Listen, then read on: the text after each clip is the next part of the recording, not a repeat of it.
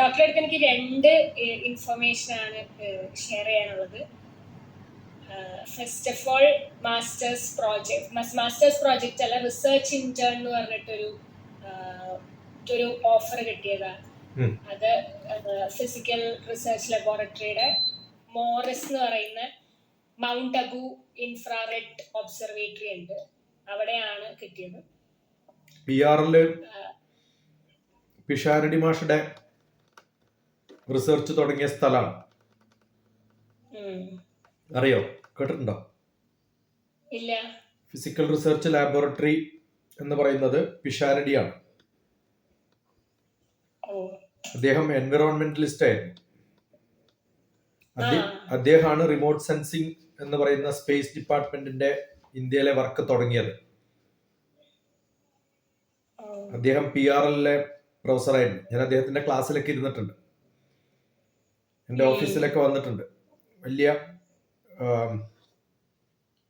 നല്ല സയന്റിസ്റ്റ് ആയിരുന്നു അയാള്. അമേരിക്കൻ സാറ്റലൈറ്റ് ഉപയോഗിച്ച് കേരളത്തിലെ തെങ്ങിന്റെ കൃഷിക്ക് പറ്റുന്ന രോഗങ്ങളെ കുറിച്ച് പഠിച്ച ആളാണ്. അന്ന് ഇന്ത്യയിൽ ആരും ചെയ്തിട്ടുണ്ടെന്നില്ല, ഇന്ദിരാഗാന്ധിയുടെ ഭരണകാലത്താണ്. അദ്ദേഹം എന്നിട്ട് അവിടെ പോയിട്ട് ഇന്ദിരാഗാന്ധിക്ക് പ്രസന്റേഷൻ കൊടുത്തിട്ട്, ഒരു പവർ പോയിന്റ് പ്രസന്റേഷൻ കൊടുത്ത്, പവർ പോയിന്റ് അല്ല, ഈ സ്ലൈഡ് പ്രൊജക്ടറിൽ സ്ലൈഡ് വെച്ചിട്ടാണ് എന്നൊക്കെ, പ്ലാസ്റ്റിക്കിന്റെ ഷീറ്റ് വെച്ചിട്ട് പ്രൊജക്ട് ചെയ്തിട്ടാണ് ക്ലാസ് എടുക്കുക. അതൊക്കെ എടുത്ത് നല്ല ജോക്കുണ്ട് അദ്ദേഹത്തെ കുറിച്ച്. അദ്ദേഹം ഇതൊക്കെ പ്രസന്റ് ചെയ്ത് അതിനിടയിൽ ഇത് ബൾബടിച്ചു പോയി.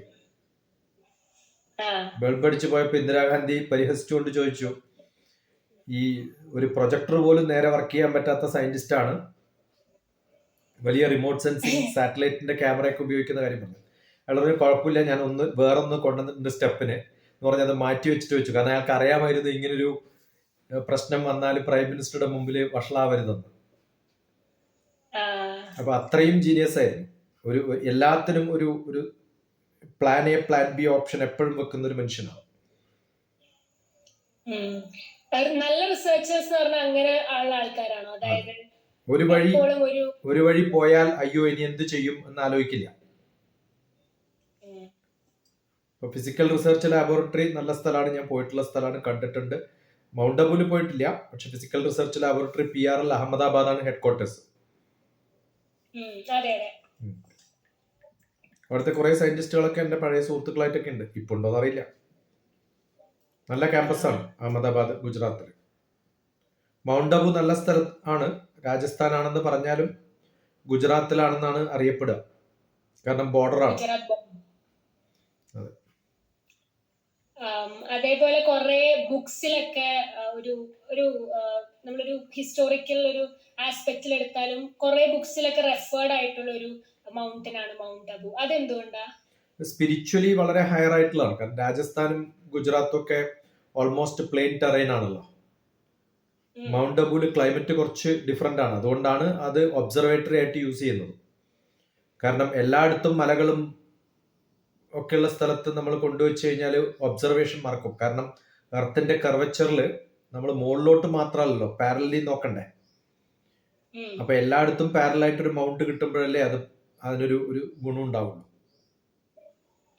അതെ, അതേപോലെ സ്കൈസ് ഭയങ്കര ക്ലിയർ ആണ്. അതായത് 200 ഡേയ്സിൽ 150 ഡേയ്സ് ഒബ്സർവേഷൻ നടക്കുന്ന ഒരു. അതെ, ആ ഒരു ജിയോഗ്രഫിക്കലി അതിന്റെ പ്രത്യേകത അതാണ്. അതുകൊണ്ടാണ് ഞാൻ പറഞ്ഞത്. ആ പ്രത്യേകത എന്ന് പറയുന്നത്, ഇപ്പം കോസ്റ്റൽ റീജിയൻ ആയിട്ടുള്ള സ്ഥലത്ത് പോവുകയാണെങ്കിൽ കുറച്ച് ഹ്യൂമിഡിറ്റി പ്രശ്നങ്ങളൊക്കെ വരും. രാജസ്ഥാൻ, ഗുജറാത്തിൽ ആ പ്രശ്നമില്ല. പിന്നെ ഒരു ഗുണം എന്താ വെച്ചാൽ ബാക്കിയുള്ള സ്ഥലമൊക്കെ പ്ലെയിൻ ടെറൈൻ ആണ്. അധികം പോപ്പുലേറ്റഡ് ആകുമ്പോൾ പൊല്യൂഷൻ കൂടും. അപ്പൊ ഇത് അധികം പൊല്യൂഷൻ ഇല്ലാത്തൊരു സ്ഥലമാണ്. അപ്പൊ അങ്ങനെ കുറെ ജിയോഗ്രഫിക്കലി ഗുണമുള്ള പ്രത്യേകതയുള്ള ഒരു സ്ഥലമാണ് മൗണ്ട് അബു എന്ന് പറയുന്നത്. അത് നല്ലൊരു ഹില്ലാണ്. അല്ല, പൊല്യൂഷൻ ഉണ്ടാവുക എന്ന് പറയുന്നത് ഒന്നാമത് ഹ്യൂമൻ ആക്ടിവിറ്റീസും ഫാക്ടറികളും ഒക്കെ ഉണ്ടാകുന്ന സമയത്ത് അതിന് പ്രശ്നങ്ങൾ ഉണ്ടാവും. ലൈറ്റ് പൊല്യൂഷൻ ആണ് ഏറ്റവും കൂടുതൽ ഉണ്ടാവുക. അതെ, അത് മാത്രമല്ല ഇറേഡിയേഷൻ കൂടും. ഇത് നല്ലൊരു പ്രതലമാണ്. അപ്പൊ ഇറേഡിയേഷൻ കുറയുന്നത് കൊണ്ട് സുഖമായിട്ട് കാണാൻ പറ്റും പല സംഭവങ്ങൾ. 5 മണിക്കൂർ ദൂരേ ഉള്ളൂ, ഒരു 200 കിലോമീറ്റർ അവേ ഫ്രം ഗുജറാത്ത് എന്നുവെച്ചാൽ അഹമ്മദാബാദ്. ഡോക്ടർ, ഞാൻ പണ്ട് വായിച്ചൊരു ബുക്കാണ് റോബിൻ ശർമ്മയുടെ the monk who sold his Ferrari എന്ന് പറയുന്ന ബുക്ക്. അപ്പൊ ആ ബുക്കില് അതിലെ മെയിൻ ക്യാരക്ടർ ആയിട്ടുള്ള ഒരു ലീഡിങ് അഡ്വക്കേറ്റ് എല്ലാം ഉപേക്ഷിച്ചിട്ട് ആദ്യം പോകുന്ന സ്ഥലം മൗണ്ട് അബു. ഈ നോർത്ത് ഇന്ത്യയില് ഒരു സ്പിരിച്വൽ, ഇപ്പൊ സൗത്ത് ഇന്ത്യയിൽ നമ്മൾ പിന്നെ തിരുവണ്ണാമല എന്ന് പറയുന്നത് പോലെ നോർത്ത് ഇന്ത്യയിൽ പോകാൻ പറ്റിയിട്ടുള്ള ഒരു സ്പിരിച്വൽ പ്ലേസ് ആണ് മൗണ്ട് അബു എന്ന് പറയുന്നത്. നമ്മുടെ ഒരു വലിയൊരു പ്രസ്ഥാനം തന്നെ അവിടെ ഉണ്ടായിട്ടുണ്ടല്ലോ, ബ്രഹ്മകുമാരീസ് എന്ന് പറയുന്നത്. അത് ഗുജറാത്താണ് അവരുടെ ഒറിജിൻ.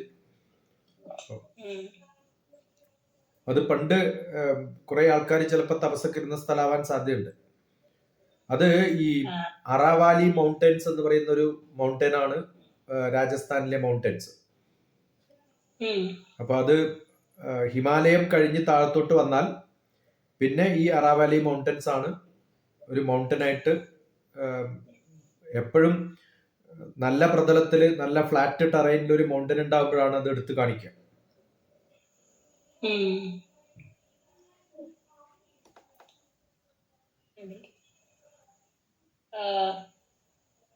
ആൻഡ് ഈ മൗണ്ട് അബു ഒബ്സർവേറ്ററി ക്യാമ്പസിൽ വരുന്നതാണ് ആസ്ട്രോണമി ആൻഡ് ആസ്ട്രോഫിസിക്സ് ഡിവിഷൻ. അപ്പോ എന്റെ ഗൈഡ് വർക്ക് ചെയ്യുന്ന ഗൈഡിന്റെ പ്രോജക്റ്റ് ഒക്കെ അല്ലെങ്കിൽ ഗൈഡിന്റെ PhD ഒക്കെ വരുന്നത് എക്സ്ട്രാ ഗാലാക്ടിക് ആസ്ട്രോണമിയിലാണ്. അപ്പോ പക്ഷെ ഇപ്പൊ എക്സ്ട്രാ ഗാലാക്ടിക് ആസ്ട്രോണമി നമ്മൾ പൊതുവെ പറയാറ് out of milky way entities പഠിക്കുന്നതാണ്, അല്ലെങ്കിൽ ലാർജ് സ്കെയിൽ സ്ട്രക്ചേഴ്സ്, മെഗലാനിക് ക്ലൗഡ്സ് ഒക്കെ പോലെ ലാർജ് സ്കെയിൽ സ്ട്രക്ചേഴ്സോ അല്ലെങ്കിൽ മിൽക്കി വേ ഗാലക്സിയുടെ പുറത്തുള്ള കാര്യങ്ങളൊക്കെയാണ്. പക്ഷെ ഗൈഡ് ഇപ്പൊ വർക്ക് ചെയ്തുകൊണ്ടിരിക്കുന്നത് മിൽക്കി വേ ഗാലക്സിയുടെ നടുക്കുള്ള ബ്ലാക്ക് ഹോൾ ആണ്, സെജിറ്റേറിയസ് എ സ്റ്റാർ. അപ്പോ ആ ബ്ലാക്ക് ഹോളിനെ കുറിച്ചുള്ള സ്റ്റഡീസ് ആണ്. അപ്പൊ ഒന്നില്ലെങ്കിൽ നല്ല ഗൈഡിനെ കിട്ടാന്നുള്ളത് വലിയൊരു ഗുണമാണ്. എപ്പോഴും അങ്ങനെയാണല്ലോ. ശ്രീരാമന് നല്ല ഗൈഡിനെ കിട്ടിയിട്ടുള്ള സ്ഥലം മൗണ്ട് അബുവിൽ വെച്ചാണ്. ശ്രീരാമന്റെ ഗുരുവായിട്ടുള്ള വസിഷ്ഠൻ, യോഗവാസിഷ്ഠം എഴുതിയിട്ടുള്ള വസിഷ്ഠന്റെ ആദ്യ യജ്ഞ ഹോമങ്ങളൊക്കെ നടന്നിട്ടുള്ളത് മൗണ്ട് അബുവിലാണ്. അതാണ് സ്പിരിച്വൽ പ്രത്യേകത. അപ്പൊ തന്റെ നല്ല യജ്ഞങ്ങളും യാഗങ്ങളൊക്കെ അവിടെ വെച്ച് നടക്കട്ടെ. PhD എന്ന് പറയുന്നത് വലിയൊരു യജ്ഞാണ്. അപ്പോൾ ഈ ഒരു പ്രോജക്റ്റ് കഴിഞ്ഞ് PhD-ക്ക് എത്തട്ടെ. ഡോക്ടർ നന്ദിനി എൻ മേനോനായി മാറട്ടെ.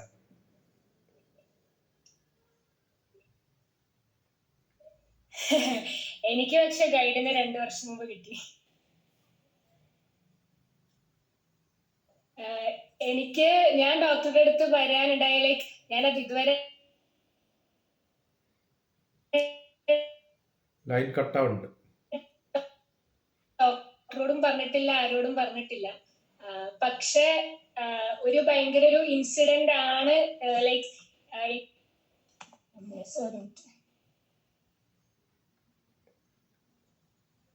ഇപ്പൊ ഓക്കെ ആണോ?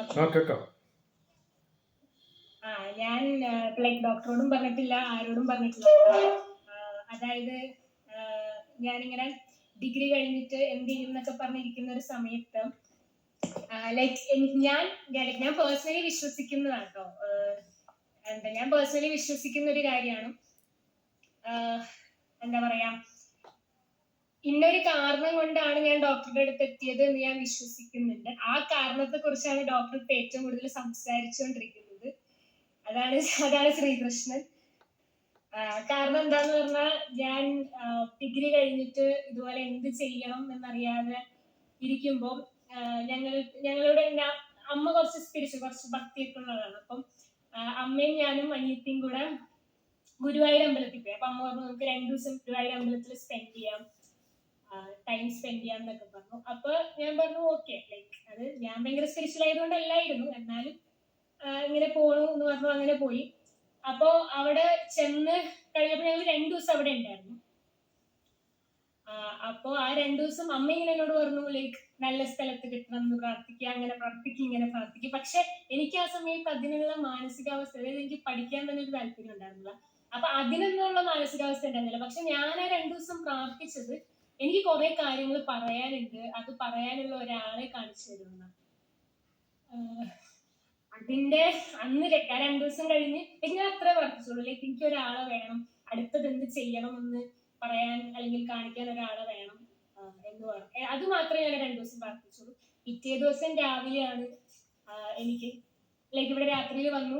പിറ്റേ ദിവസം രാവിലെയാണ് എൻ്റെ കോളേജിന്റെ ഡിഗ്രി റിസൾട്ട് വന്നത്. അപ്പോഴാണ് ലൈക്ക് എൻ്റെ ഒരു ചേച്ചി ഡോക്ടറുടെ നമ്പർ തന്നത്. അങ്ങനെയാണ് വെറുതെ വിളിച്ചത്. വെറുതെ അല്ലല്ലോ, കാര്യത്തിനല്ലേ വിളിച്ചത്?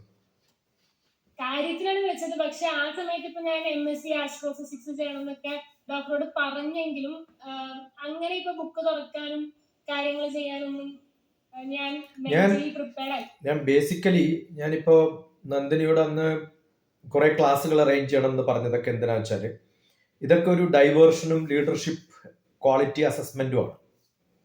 നമ്മുടെയൊക്കെ ധാരണ പഠിക്കാനുള്ള കഴിവുണ്ടായാൽ മതി, എന്തെങ്കിലും കാര്യങ്ങളൊക്കെ അത് പോരാ.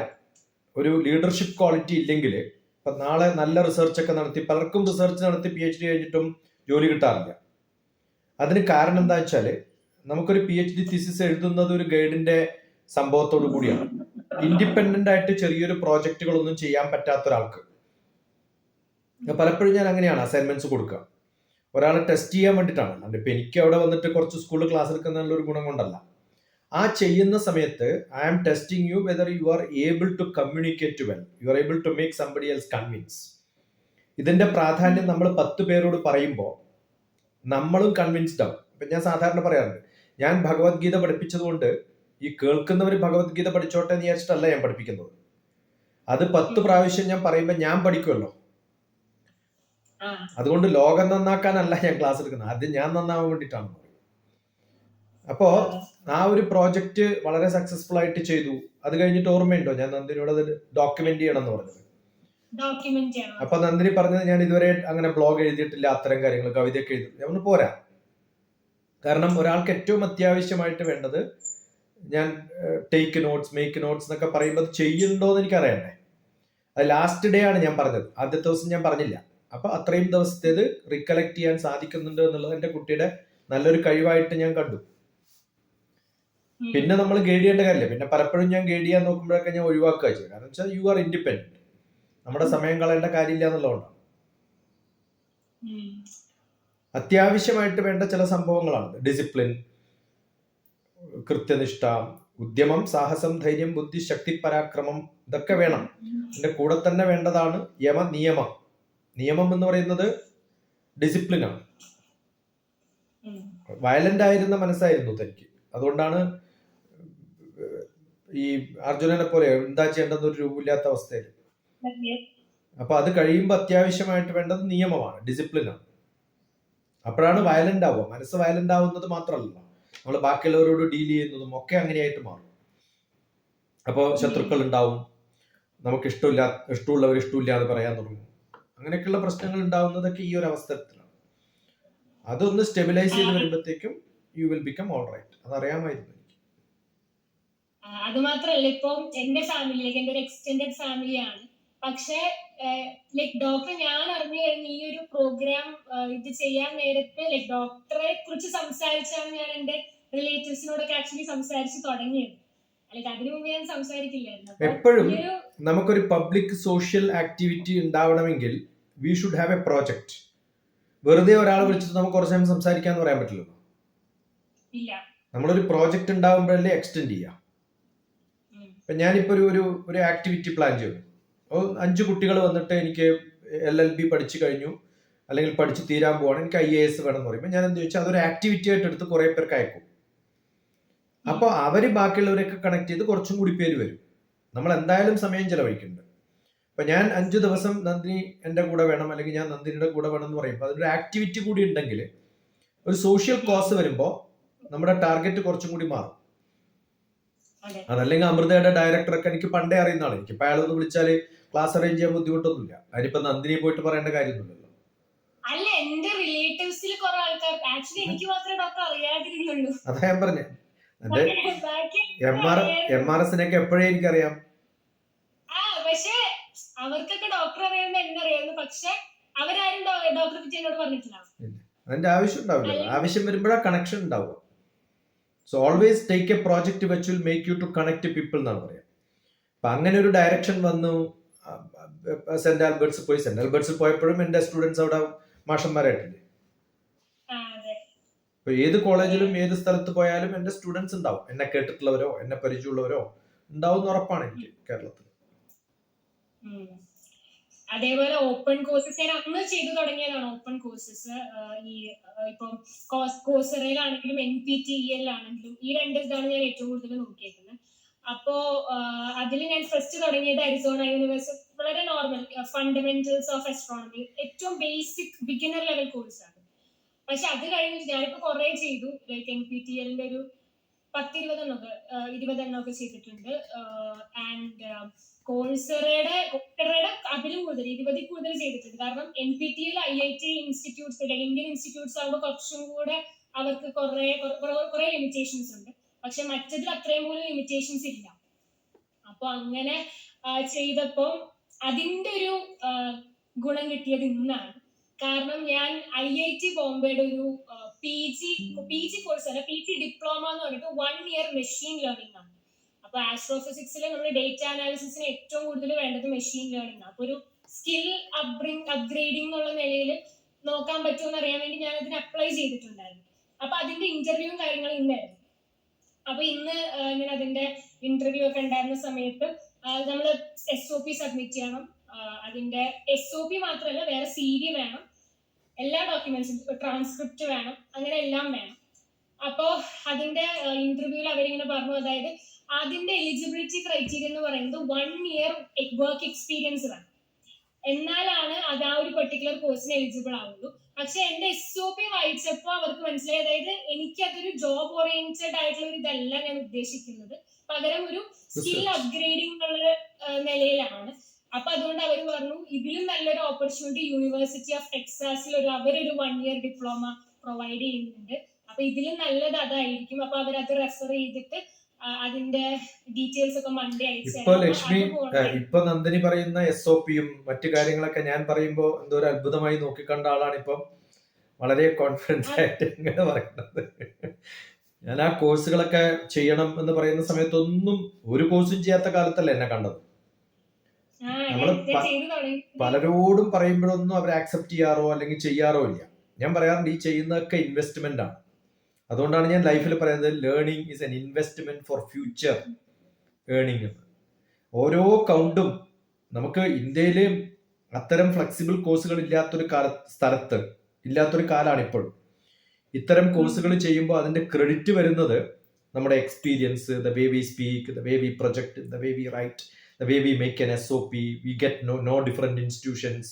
ഇപ്പൊ ഓരോ ഇൻസ്റ്റിറ്റ്യൂഷന്റെ പേരുകളും പറയുമ്പോൾ ഇതൊക്കെ ഞാൻ പഠിച്ചിട്ടുള്ള സ്ഥലം എന്ന് പറയാവുന്ന തരത്തിൽ പറയാമോ. IIT പോയിട്ടില്ലെങ്കിലും IIT ഒരു അൽമിനിയാണ് ഇപ്പൊ, because you have done some courses. അല്ലെങ്കിൽ ടെക്സാസ് എന്ന് പറയുന്നത് എവിടെയുള്ള സ്ഥലം എന്താണെന്ന് അറിയാത്ത ഒരാളാണ്. അപ്പൊ അതൊക്കെ പറയാൻ പറ്റും.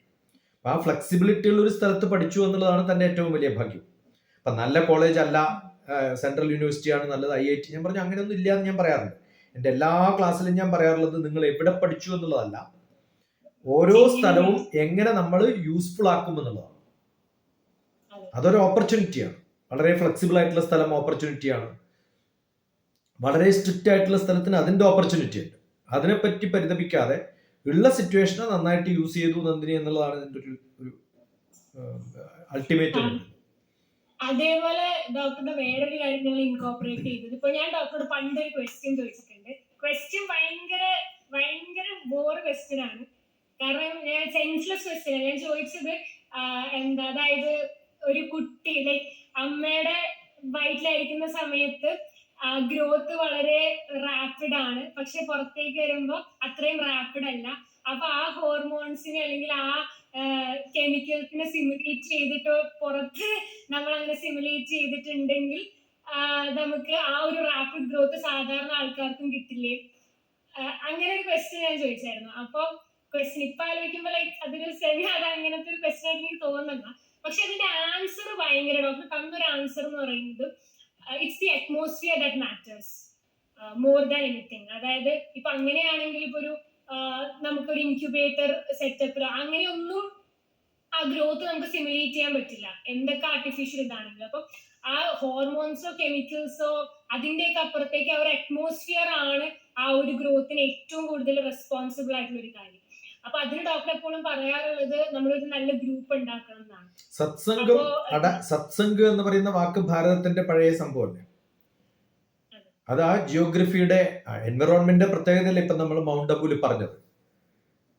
ആ എൻവിറോൺമെന്റ് എന്ന് പറയുന്നത് ഉള്ളത് കൊണ്ടല്ലേ പണ്ട് അവിടെ പോയിട്ട് വസിഷ്ഠൻ യാഗം ചെയ്തിട്ടുണ്ടാവും.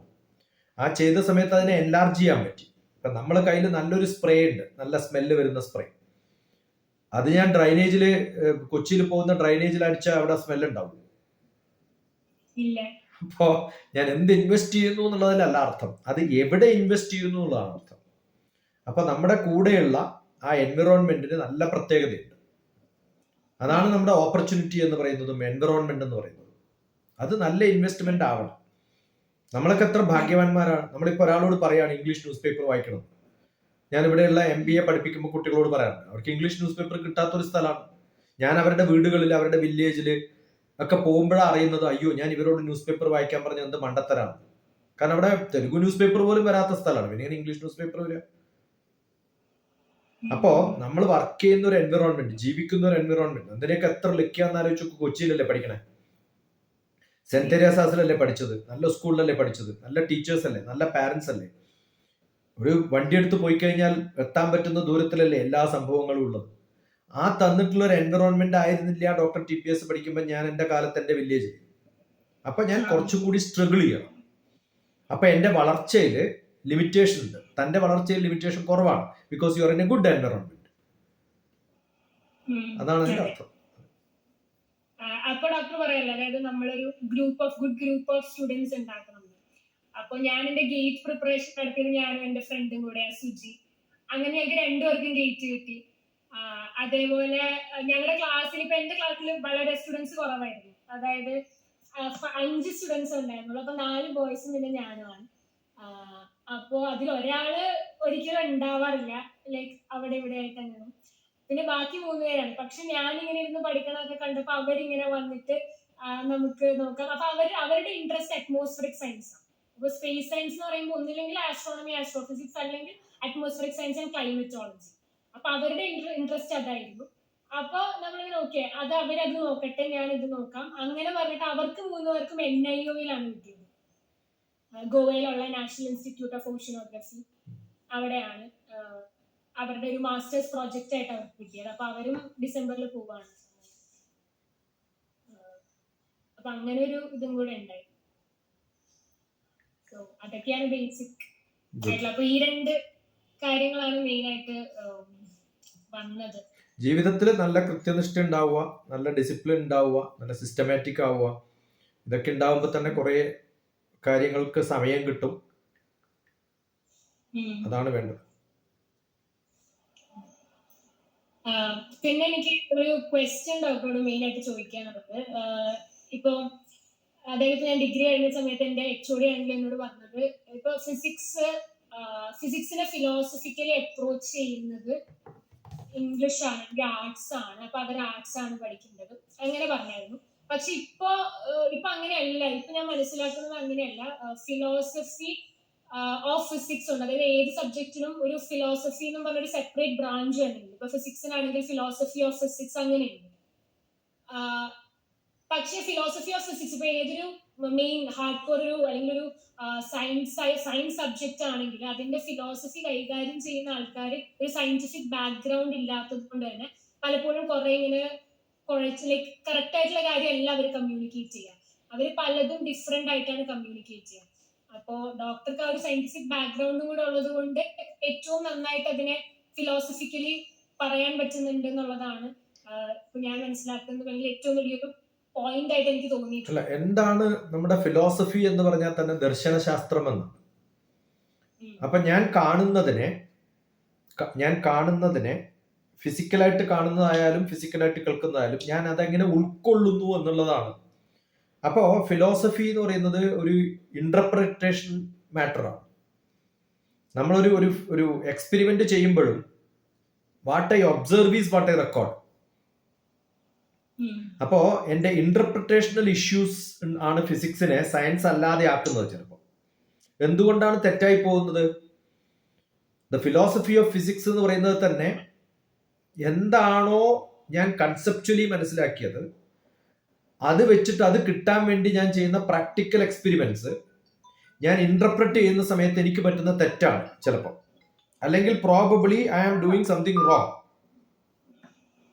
അപ്പൊ അത് കുറെ പ്രാവശ്യം റിപ്പീറ്റ് ചെയ്യുമ്പോൾ, അതാണ് നമ്മൾ എല്ലാ എക്സ്പെരിമെന്റ്സും ഒരു പ്രാവശ്യം ചെയ്താൽ പോരാ, അത് പിന്നെയും റിപ്പീറ്റ് ചെയ്യണം. അപ്പൊ എന്റെ ഇന്റർപ്രിട്ടേഷൻ ഇമ്പ്രൂവ് ചെയ്യും. ഒരു ഗാനം ഒരു പ്രാവശ്യം കേൾക്കുമ്പോൾ എന്താന്ന് എനിക്ക് മനസ്സിലായില്ലെങ്കിൽ 10 പ്രാവശ്യം കേൾക്കുമ്പോൾ കുറച്ച് മനസ്സിലാവുമല്ലോ. അപ്പോൾ ഇതൊരു ഫിസിക്സിന്റെ there is an issue within physics എന്ന് പറയും. ആ within physics what is the issue? How do I conceptualise, how do I interpret എന്നുള്ളതാണ്. അപ്പോ ഈ ഗ്യാപ്പ് ഫില്ല് ചെയ്യുന്നത് ഒരു ഫിസിക്സുകാരൻ. അതുകൊണ്ടാണ് എല്ലാ ഫിസിക്സ് എല്ലാ മാത്തമാറ്റിക്സും, ഞാനും മാത്തമാറ്റിക്സ് ആണെങ്കിലും I am also a physics man. അപ്പൊ നമ്മൾ ഫിസിക്സിൽ എത്തുമ്പോൾ റേഡിയേഷൻ എന്ന് പറയുന്ന സബ്ജക്റ്റും, ഞാൻ അന്ന് സ്പേസ് ഫിസിക്സ് അത്ര ഈസി ആയിട്ട് എനിക്ക് പറയാൻ പറ്റിയത് എന്റെ സബ്ജക്ട് റേഡിയേഷനും റിലേറ്റഡ് ആയിട്ടും കോസ്മോളജി ഒക്കെ മനസ്സിലാക്കാൻ പറ്റുന്നുണ്ടാണ്. അപ്പൊ നമ്മൾ there is a bridge between the rigorous world what we see around and the scientific enquiry which we have, and there is an abstract realm of philosophy within that which is a bridge. Really ഉള്ള സാധനവും എന്റെ conceptual ആയിട്ടുള്ള theoretical നോളജും കൂടി connect ചെയ്യുന്നത് എന്റെ philosophical ബ്രിഡ്ജാണ്. അതുകൊണ്ട് ഇപ്പം north ഇന്ത്യയിലൊക്കെ ഫിലോസഫി പ്രൊഫസേഴ്സ് വിചാരിക്കുന്നത് I M A philosophy professor എന്നാണ്. ഇപ്പം ഈ ഒരു കൺസെപ്റ്റ് ഉണ്ടല്ലോ, നമ്മൾ കാണുന്നതിനെ എന്റേതാക്കി മാറ്റി ആ ദർശനത്തിലൂടെ ഞാൻ അവതരിപ്പിക്കാനുള്ള കഴിവ് കിട്ടുമ്പോഴാണ് എനിക്ക് ഡോക്ടർ ഓഫ് ഫിലോസഫി കിട്ടുന്നത്. So every researcher ends in A doctor of philosophy. So what I can see, എനിക്ക് കാണാൻ പറ്റുന്നതിനെ ഞാൻ അതിനെ ഇന്റർപ്രറ്റ് ചെയ്ത് ബാക്കിയുള്ളവർക്ക് മനസ്സിലാവുന്ന തരത്തിൽ എനിക്കത് എഴുതി പഠിപ്പിക്കാൻ സാധിക്കുമ്പോഴാണ് എനിക്ക് ഡോക്ടറേറ്റ് കിട്ടുക. അപ്പൊ അത് it's A philosophy of physics എന്ന് പറയുന്നത് കറക്റ്റ് ആണ്. കാരണം നേച്ചർ എന്ന് പറയുന്ന ഒരു റിയാലിറ്റിയാണ്. ആ നേച്ചർ എന്ന് പറയുന്ന റിയാലിറ്റിയിൽ ഞാൻ കുറെ ക്വസ്റ്റ്യൻസ് ചോദിക്കുകയാണ്. എന്തിനു വേണ്ടിയിട്ട്? അതിനെ കണ്ടിന്യൂസ് ആയിട്ട് മനസ്സിലാക്കാനും ഡിസ്ക്രിപ്റ്റൈസ് ചെയ്തിട്ട്, ചിലപ്പോൾ കണ്ടിന്യൂസ് ആയിട്ട് എനിക്ക് മനസ്സിലാക്കും, അതുകൊണ്ട് ഡിസ്ക്രിപ്റ്റൈസ് ചെയ്യും. എന്നിട്ട് കുറെ മൾട്ടിപ്പിൾ റിയാലിറ്റീസ് ആയിട്ട് കാണും. അതിനെ ഒറ്റ റിയാലിറ്റി അല്ല, ഓരോ ബിറ്റും റിയാലിറ്റികളായിട്ട് കാണും. എന്നിട്ട് അവ തമ്മിൽ കണക്ട് ചെയ്തിട്ട് ഒരു റിലേഷൻഷിപ്പ് ഉണ്ടാക്കുന്നതാണ് എന്റെ കോൺഷ്യസ്നെസ്. ആ കോൺഷ്യസ്നെസ് ഞാൻ അതിനകത്ത് ചേർക്കുമ്പോഴാണ് അത് കണ്ടിന്യൂസ് ആണ് എന്ന് എനിക്ക് ബാക്കിയുള്ളവർക്ക് പറഞ്ഞ് ധരിപ്പിക്കാൻ പറ്റുക. അല്ലാണ്ട് ഫിസിക്സിൽ കണ്ടിന്യൂസ് ആയിട്ട് ഒന്നും പഠിക്കാൻ പറ്റില്ല. നിങ്ങൾ ഒബ്സർവ് ചെയ്യുമ്പോൾ ആ ഇൻസ്റ്റൻസിൽ ആ സ്പേസിൽ വെച്ചിട്ടാണ് ഒബ്സർവ് ചെയ്യുന്നത്. അങ്ങനെ മൾട്ടിപ്പിൾ ടൈംസ് ഒബ്സർവ് ചെയ്യുമ്പോഴാണ് ഇങ്ങനെയാണ് പ്രപഞ്ചം എന്ന് പറയാൻ പറ്റും. അപ്പോൾ nature of physics and time, space and time, physics എന്ന് പറഞ്ഞാൽ തന്നെ സ്പേസ് ആൻഡ് ടൈം ആണ് ബേസിക്. അതാണ് ആ ഒരു ഡിസ്ക്രിപ്റ്റൈസ് ചെയ്തിട്ടുള്ള സ്പേസും ഡിസ്ക്രിപ്റ്റൈസ് ചെയ്തിട്ടുള്ള ടൈമും. ഈ ഫണ്ടമെന്റൽ എൻറ്റിറ്റീസിനെ വെച്ചിട്ട് ഞാൻ എങ്ങനെയാണ് ദ ഹോൾ പ്രോപ്പർട്ടിയെ മനസ്സിലാക്കുന്നത്? ഇപ്പൊ ഞാൻ ഗ്രാവിറ്റി മെഷർ ചെയ്യുന്ന സമയത്തും ഒരു സ്ഥലത്ത് വെച്ച് മെഷർ ചെയ്താൽ പോരല്ലോ, ലോകത്തിന്റെ പല ഭാഗത്തും മെഷർ ചെയ്തിട്ട് അതിന്റെ ഒരു ക്വാണ്ടം എടുത്തിട്ടല്ലേ കാണുന്നത്. അപ്പൊ നമുക്ക് അതിനെ കുറിച്ചുള്ള റിലേഷൻ പറയുമ്പോൾ എന്തുകൊണ്ട് അപ്പോഴാണ് ടൈം സ്പേസും ടൈം ട്രാവലും അതൊക്കെ നമ്മൾ ഡിസ്ക്രൈബ് ചെയ്യുന്ന ആ ഒരു കൺസെപ്റ്റ് വെച്ചിട്ടാണ്. അപ്പൊ ഏത് മെക്കാനിക്സ് ആയാലും, ക്വാണ്ടം മെക്കാനിക്സ് ആയാലും, ഒരു ക്വാണ്ടം അടുത്ത ക്വാണ്ടം അത് വേവായി അതിനെക്കുറിച്ച് അതിനിടയിൽ ഒരു ട്രഫൻ ഇതൊക്കെ ഉണ്ടെന്നും പഠിച്ച്, അതിൻ്റെ ഒരു വേവ് ലെങ്ത് ഉണ്ടെന്ന് പഠിച്ച്, ക്വാണ്ടം തിയറി കണ്ടുപിടിച്ച്, അങ്ങനെ അതിനെ ഒബ്സർവ് ചെയ്തുകൊണ്ടിരിക്കുമ്പോഴേ എനിക്കത് വേവായിട്ട് കാണാൻ പറ്റൂ. അല്ലെങ്കിൽ അത് ഒരു ഡിസ്ക്രിപ്റ്റൈസ്ഡ് മെത്തേഡിൽ എനിക്ക് വേവ് എന്ന് പറയുന്ന ഒരു കൺസെപ്റ്റ് ഇല്ലല്ലോ. അപ്പൊ കണ്ടിന്യൂസ് ആണ് world, but my observation is discretised, bits and pieces ആണ്. അപ്പൊ ഇതിന് നമ്മൾ കണ്ടുപിടിക്കുന്ന ഒരു നോളജ് എന്ന് പറയുന്ന ഒരു സയന്റിഫിക് നോളജിന്, ഒരു നമ്മുടെ സയന്റിഫിക് എൻക്വയറിക്ക് ഒരു ബൗണ്ടറി ഉണ്ടോ എന്ന് ചോദിച്ചു കഴിഞ്ഞാൽ the boundary is what my limitation. Space itself is boundless, knowledge itself is boundless. ഒരു ബുക്ക് എഴുതുന്ന സമയത്തോ ഇത് തീർന്നോ നോളജ് എന്ന് ചോദിച്ചു കഴിഞ്ഞാൽ തീർന്നിട്ടില്ല. ഇപ്പൊ നമ്മളിപ്പോ ഒരു മെസ്സേജ് അയക്കാണ്, ഒരു പോസ്റ്റർ അയച്ചിട്ട് അതിന്റെ താഴത്ത് ഒരു വേർഡും കൂടി അയച്ചിട്ട് നിങ്ങൾക്ക് എന്തെങ്കിലും ചോദിക്കാനുണ്ടെങ്കിൽ ചോദിച്ചോ എന്ന് ചോദിക്കുമ്പോൾ ഈ പോസ്റ്റർ വായിക്കാതെ അത് മാത്രം വായിച്ചാൽ എന്ത് പറയും? ഞാൻ എന്ത് ചോദിക്കാനാണ് നിങ്ങളോട് എന്ന് ചോദിക്കുമല്ലോ. കാരണം എന്താ? കാരണം കംപ്ലീറ്റ് ഒബ്സർവേഷൻ ഇല്ലാത്തതുകൊണ്ടാണ്. പലർക്കും പറ്റുന്ന അതാണ്. അതുകൊണ്ട് കംപ്ലീറ്റ് ആയിട്ട് മനസ്സിലാക്കണമെങ്കിൽ ആ കംപ്ലീറ്റ് ആയിട്ട് മനസ്സിലാക്കുമ്പോഴാണ് മനസ്സിലാക്കുക ഇത് കംപ്ലീറ്റ് ആയോ ഇല്ല. അപ്പോഴാണ് മനസ്സിലാവുക അതിന് മുമ്പൊരു കൺസെപ്റ്റ് ഉണ്ടായിരുന്നു, അത് കഴിഞ്ഞിട്ടൊരു വേറൊരു കൺസെപ്റ്റ് ഉണ്ടായിരുന്നു. അപ്പോൾ ഒരു unlimited answer of questions answers to all our questions is what is physics, what is science, what is life.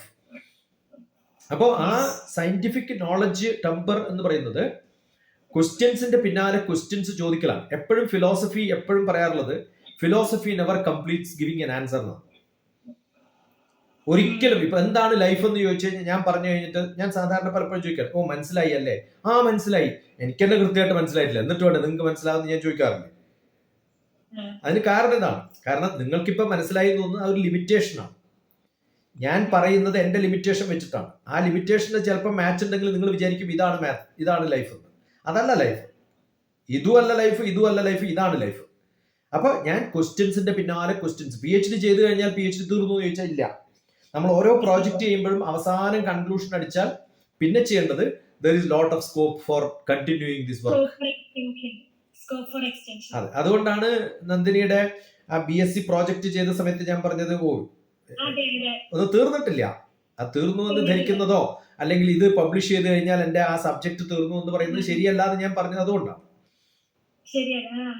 അതാണ് നമ്മുടെ ആ ഫിലോസഫി ഓഫ് ഫിസിക്സ് മാത്സ് ഒന്നും പറയേണ്ട കാര്യമില്ല. Philosophy of science, philosophy of life, അത് പറയുന്നത് how scientifically the nature can B explain. Nature is boundless, limitless. അപ്പൊ എന്റെ സയന്റിഫിക് തിയറി ഞാൻ ഇവോൾവ് ചെയ്ത് മാറ്റി ടൈം അനുസരിച്ച് കൂട്ടി വന്നുകൊണ്ടിരിക്കും. അതുകൊണ്ട് ഒബ്സർവേഷനും എക്സ്പെരിമെന്റും എന്റെ കണ്ടിന്യൂസ് ആയിട്ട് പോയിട്ട് സയന്റിഫിക്കലി ആയിട്ട് എന്റെ enquiry, INQU inquiry, keep on increasing the inquiry, asking lot of questions, exploring questions ആണ് philosophy of physics, philosophy of nature. അതുകൊണ്ട് ക്വസ്റ്റ്യൻ ആൻസർ പറഞ്ഞിട്ട് തീർന്നു എന്ന് പറയുന്നതിനേക്കാളും how do I make a lot of questions is what is your research.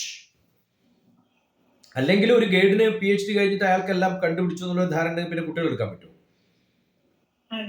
പിന്നെയും സ്റ്റുഡൻസിന് എടുക്കുന്നത് എന്തുകൊണ്ടാണ്? എന്റെ പ്രൊഫസർക്ക് 40 സ്റ്റുഡൻസ് ഉണ്ടായിരുന്നു, അയാൾക്ക് എല്ലാ പ്രോബ്ലം കൂടെ സോൾവ് ചെയ്താൽ പോരെ? ചെയ്യാൻ പറ്റില്ല.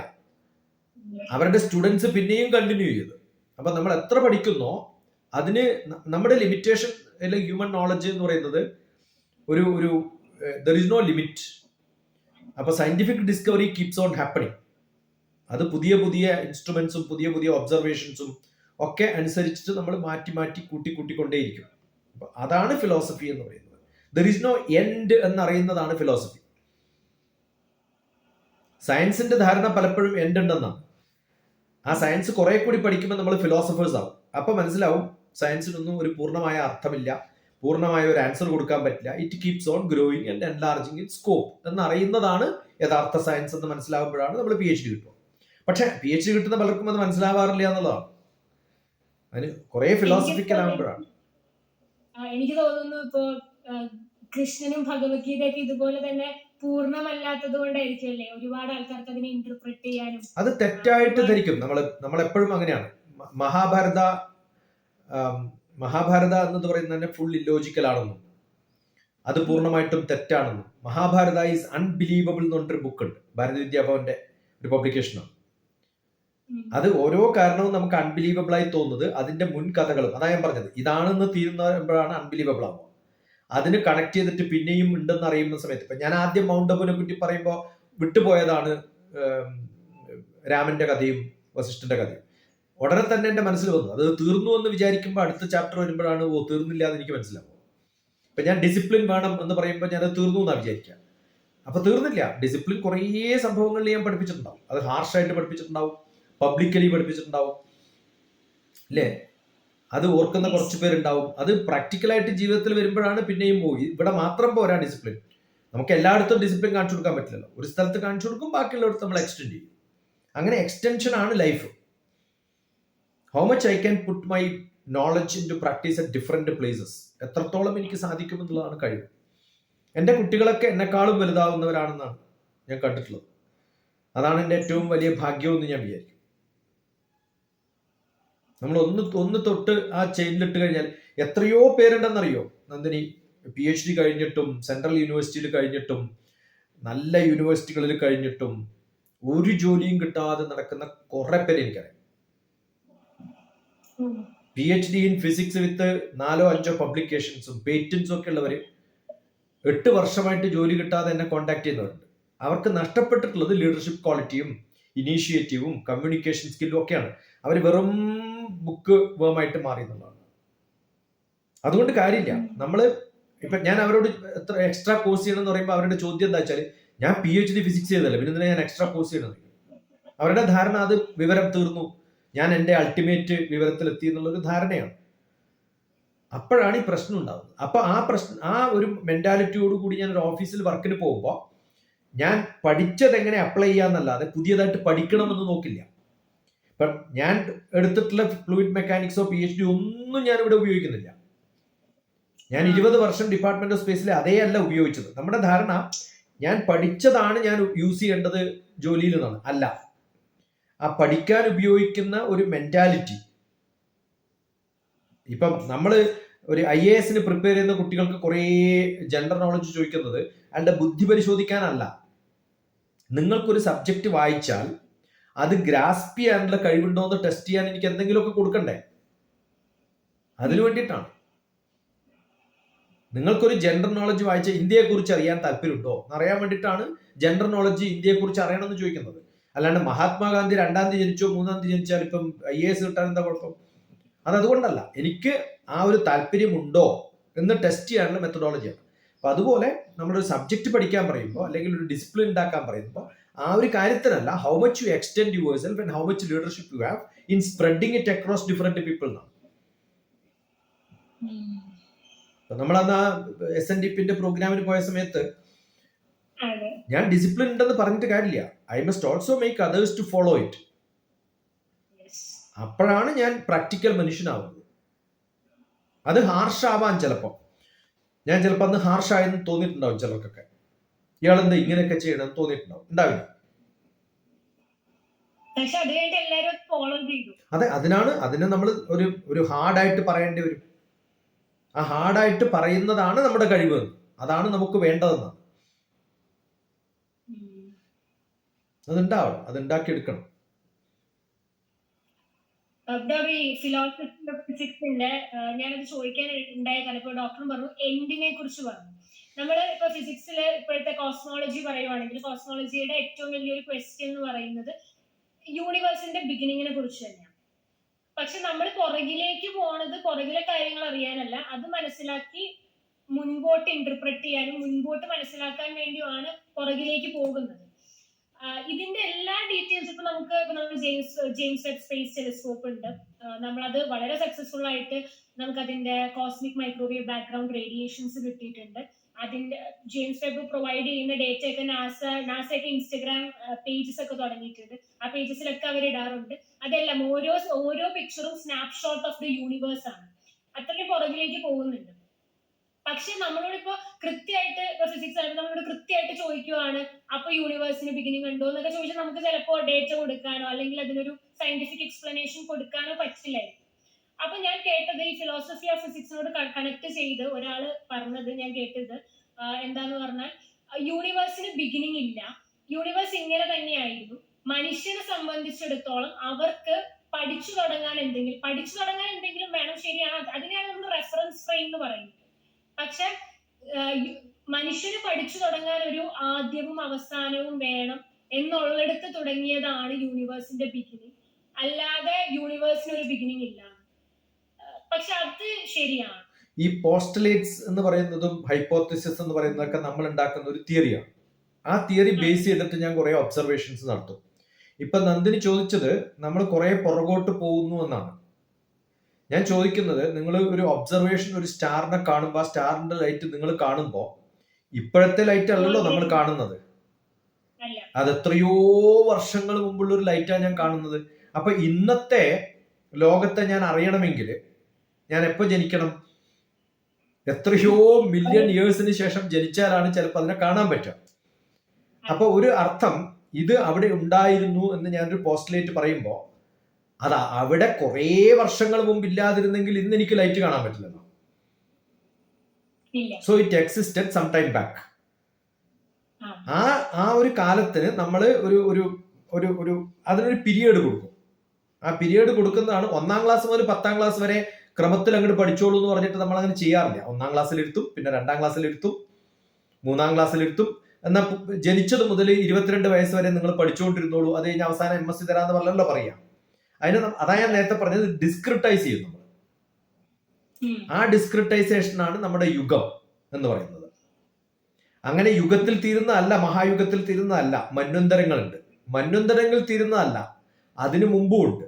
അപ്പൊ നമ്മൾ പ്രളയം എന്ന് പറയുന്നത് 1ാം ക്ലാസ്സിൽ നിന്ന് 2ാം ക്ലാസ് പോകുന്നവരെയുള്ള ഒരു അവസ്ഥയാണ്. അതൊരു ഒരു ബെല്ലടിച്ചിട്ട് ക്ലാസ് തുടങ്ങുന്ന പോലെ, ആ ക്ലാസ് തുടങ്ങുന്നത് പോലെ ഒരു സമയം കൊടുത്തു, അതിനെ ഡിസ്ക്രിറ്റൈസ് ചെയ്ത് മനസ്സിലാക്കി.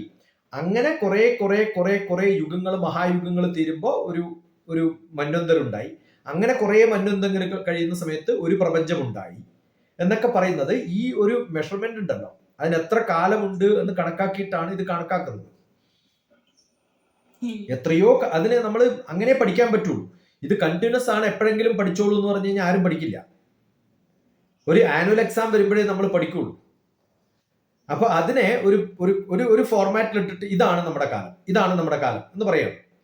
അപ്പൊ ഇപ്പോഴത്തെ തിയറിയിൽ പറയുന്ന തുടക്കവുമില്ല ഒടുക്കവുമില്ല എന്ന് പറയുന്നത് അനന്തമജ്ഞാതം അവർണ്ണനീയം എന്ന് പറയുന്നതിന്റെ അർത്ഥം അത് തന്നെയല്ലേ?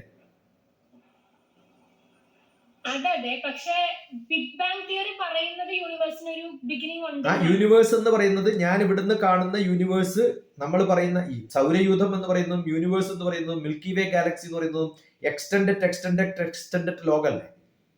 അപ്പൊ നമ്മൾ ഇവിടെ ഒരു ലൈഫ് തുടങ്ങിയതിനൊരു കാലമുണ്ട്, 192 crores of years ആണെന്ന് വിചാരിക്കാം. അപ്പൊ ചോദിക്കും, അവിടെ ലൈഫ് ആ സമയത്ത് തുടങ്ങാൻ എന്താ കാരണം? ഇപ്പൊ മനുഷ്യന്റെ രൂപത്തിൽ തുടങ്ങാൻ ഇത്രയാണ് കാരണം. അതൊരു ചാപ്റ്റർ ആയിട്ട് എടുക്കുന്നു. അതിനു മുമ്പ് വേറൊരു ലൈഫ് ഉണ്ടായിരുന്നു. ഈ യൂണിവേഴ്സ്, ഇന്ന് കാണുന്ന ഈ ലോകം, ഈ കാണുന്ന ഭൂമി ലോകമായ കാലം. ഭൂമി എന്ന് പറയുന്നത് ഒരു നേച്ചറാണ്, ഒരു അൺടച്ച്ഡ് അൺഗവേൺഡ് ആയിട്ടുള്ള ഒരു സ്ഥലം. അതിനെ നമ്മൾ ലോകമാക്കി മാറ്റുകയാണ്, നമ്മൾ ആഡ് ചെയ്യാണ് അതിന് സ്ഥലത്തിന്റെ പേരും. ആ സ്ഥലത്തിന്റെ പേരില്ലെങ്കിലും ഒരു സ്ഥലം ഉണ്ടായിരുന്നല്ലോ അവിടെ. പക്ഷെ ആ സ്ഥലത്തിന് നമ്മളൊരു പേരിടുമ്പോഴാണ് ആ പേരിൽ അതറിയപ്പെടുന്നത്. അപ്പൊ ആ കാലം മുതൽ ഒരു ടൈം ഫ്രെയിം, ഈ യൂണിവേഴ്സ് എന്ന് പറയുന്നത് ഉണ്ടായിട്ടുണ്ടാവും. പക്ഷെ ആ യൂണിവേഴ്സിന് നമ്മുടെ ഒരു ഫ്രെയിം വർക്കിൽ ഇതാണ് നമ്മുടെ കാലം എന്ന് പറയുന്നത്. ഇപ്പൊ നന്ദിനിയുടെ ജീവിതത്തിൽ കുറെ കാലം ഉണ്ടായിട്ടുണ്ട്. അതിലൊരു കാലം എന്ന് പറയുന്നത് ഞാനുമായിട്ട് ഇന്ററാക്ട് ചെയ്യുന്ന ഒരു കാലമാണ്. എന്നെ സംബന്ധിച്ചിടത്തോളം ഞാൻ ഒബ്സർവ് ചെയ്യുമ്പോൾ നന്ദിനിയുടെ കാലം. അപ്പൊ how do I interact with the world is what defines my frame of reference. അപ്പൊ ഓരോരാളുടെയും അബ്സല്യൂട്ട് മാറ്റമുണ്ടാവും. ഇപ്പൊ എന്നെ സംബന്ധിച്ചിടത്തോളം ലോകത്തിന്റെ കാലം എന്ന് പറയുന്നത് നമ്മളിപ്പോ തരംതിരിക്കൂലേ, ബിഫോർ ഇൻഡിപെൻഡൻസ്, ആഫ്റ്റർ ഇൻഡിപെൻഡൻസ്. അത് ഈ ഒരു കർഷകനെ സംബന്ധിച്ചിടത്തോളം, ചെറിയ വില്ലേജിലെ കർഷകൻ അല്ലെങ്കിൽ ഒരു കച്ചവടക്കാരൻ, അവനെ സംബന്ധിച്ചിടത്തോളം ബിഫോർ ഇൻഡിപെൻഡൻസും ആഫ്റ്റർ ഇൻഡിപെൻഡൻസും എന്ത് വ്യത്യാസം? ഒരു വ്യത്യാസമില്ല. അപ്പൊ ആകെ വ്യത്യാസമുള്ളതാണ് ഒരു പൊളിറ്റീഷ്യന് വ്യത്യാസമുണ്ട്. അപ്പൊ നമ്മളെ ലെവൽ അനുസരിച്ചിട്ട്, നമ്മുടെ ചിന്തകൾ അനുസരിച്ചിട്ട് നമ്മൾ ഒരു ടൈം ഫ്രെയിം കൊടുക്കുന്നതാണ് ഈ ലോകം എന്ന് പറയുന്നത്. കാലകാലാന്തരങ്ങള് എന്ന് പറഞ്ഞ് നമ്മൾ പറയുമ്പോൾ അതിന് ഇല്ല. സനാതനം എന്ന് പറയുന്ന സമയത്ത് എപ്പോൾ തുടങ്ങി എപ്പോൾ തീർന്നു പറ്റില്ല എന്നല്ലേ നമ്മൾ പറയുന്നത്. ഭഗവാന് ഷേപ്പ് ഇല്ല എന്ന് പറയുന്നു. പക്ഷെ ചിലർക്ക് ഞാൻ ഷേപ്പ് ഉണ്ടാക്കി കൊടുക്കേണ്ടി വരും. ഭഗവാൻ പിന്നെ ഗുരുവായൂരല്ല എന്ന് ഞാൻ പറയുന്നു. ചിലർക്ക് ഗുരുവായൂരാണ് ഭഗവാൻ. അപ്പൊ ഓരോരാളുടെയും ലിമിറ്റേഷൻസിനനുസരിച്ച് നമ്മൾ കണക്കാക്കുന്നതാണ് നമ്മുടെ ഫ്രെയിം ഓഫ് റെഫറൻസ്. ആ ഫ്രെയിം ഓഫ് റെഫറൻസ് എന്ന് പറയുന്നത് നമ്മൾ ചിന്തിക്കലാണ്. ആ ചിന്തയുടെ ഉള്ളിൽ പെടുമ്പോഴാണ് നമ്മൾ ഉണ്ടാക്കുന്ന ഹൈപ്പോത്തിസിസ് അതിൽ വാലിഡ് ആണോ എന്ന് ടെസ്റ്റ് ചെയ്യും. അതാണ് നമ്മൾ ഡിസ്ക്രിറ്റൈസ് ചെയ്യുന്നത് പറയുന്നതിന്റെ സംഭവം തന്നെയാണ്. ടൈം ആൻഡ് സ്പേസ് അതിനടുത്ത് ഞാൻ ഒബ്സർവ് ചെയ്യുന്നു. ഞാൻ ഗ്രാവിറ്റിയെ കുറിച്ച് പഠിക്കുമ്പോൾ ലോകത്തിൽ എല്ലായിടത്തും ഗ്രാവിറ്റി ഉണ്ടോ നോക്കേണ്ട കാര്യമൊന്നുമില്ല. ഞാൻ ഇവിടെ വെച്ചാണ് ചെയ്യുന്നത്.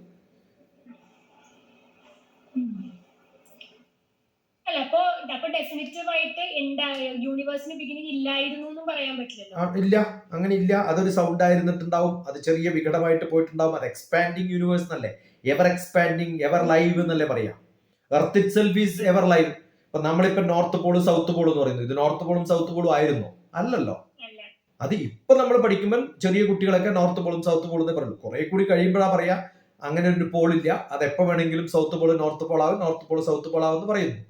നമ്മൾ ഓരോന്നും അത് ആ ഇൻക്ലിനേഷൻ 23.5 ഡിഗ്രി എന്ന് പറയുന്നു.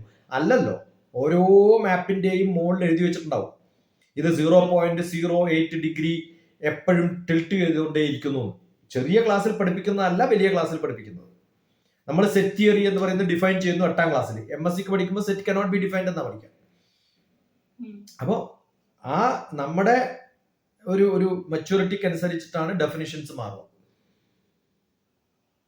അതേപോലെ നമ്മൾ ടെലിസ്കോപ്പിക് ഒബ്സർവേഷൻസ് എടുക്കുമ്പോൾ ടെലിസ്കോപ്പ് ലെൻസിൽ അപ്പൊ നമ്മൾ ഇൻവേർട്ടഡ് ഇമേജാ കാണുക. അപ്പൊ ഇപ്പൊ ജൂപ്പിറ്ററിനെയൊക്കെ കാണുമ്പോൾ നോർത്തും സൗത്തും ഇൻവേർട്ടഡ് ആയിട്ടാ കാണുക.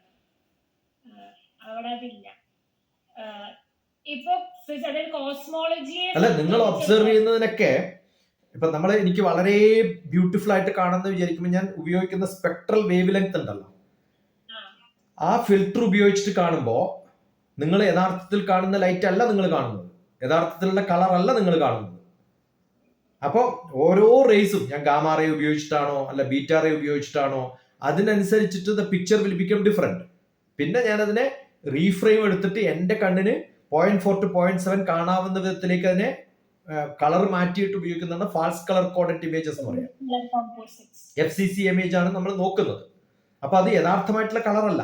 കാരണം ഒബ്സർവ് ചെയ്യാൻ പറ്റുന്ന ഒരു ഡോക്ടർ ഒരാളുടെ എക്സ്റേ എടുക്കുന്നു. എക്സ്റേ എടുക്കുമ്പോൾ കിട്ടുന്ന കളർ അല്ലല്ലോ നമ്മുടെ ശരീരത്തിലുള്ള കളർ. അതിന് റെഡ് കളറിൽ ഏതെങ്കിലും എക്സ്റേ കാണാറുണ്ടോ?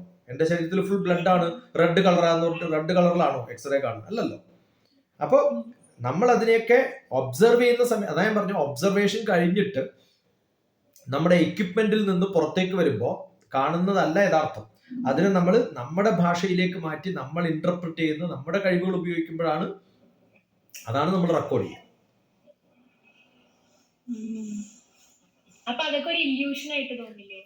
അതാണ് ഞാൻ പറയുന്നത് ഫാൾസ് കളർ എന്നുള്ള പേര് തന്നെ അതുകൊണ്ടല്ലേ. ഇല്യൂഷൻ അല്ല, which I am manipulating for seeing it better. ഇപ്പൊ ഞാനിപ്പോ ഒരു പഴയ ഏതെങ്കിലും കല്ലിന്റെ മുകളിൽ ലിഖിതമുണ്ട്. ആ ലിഖിതം എനിക്ക് വായിക്കാൻ പറ്റുകയില്ല. ലിഖിതം ഇല്ലാന്ന് അർത്ഥമില്ലല്ലോ, എനിക്ക് വായിക്കാൻ പറ്റുന്നില്ല എന്നല്ലേ ഉള്ളൂ. അപ്പൊ ഞാൻ എന്ത് ചെയ്യും? എന്തെങ്കിലും മഷിച്ചപ്പെടുത്തിട്ട് നല്ല പോലെ അങ്ങോട്ട് ഉരച്ചു കഴിഞ്ഞാൽ അത് വിസിബിൾ ആവും.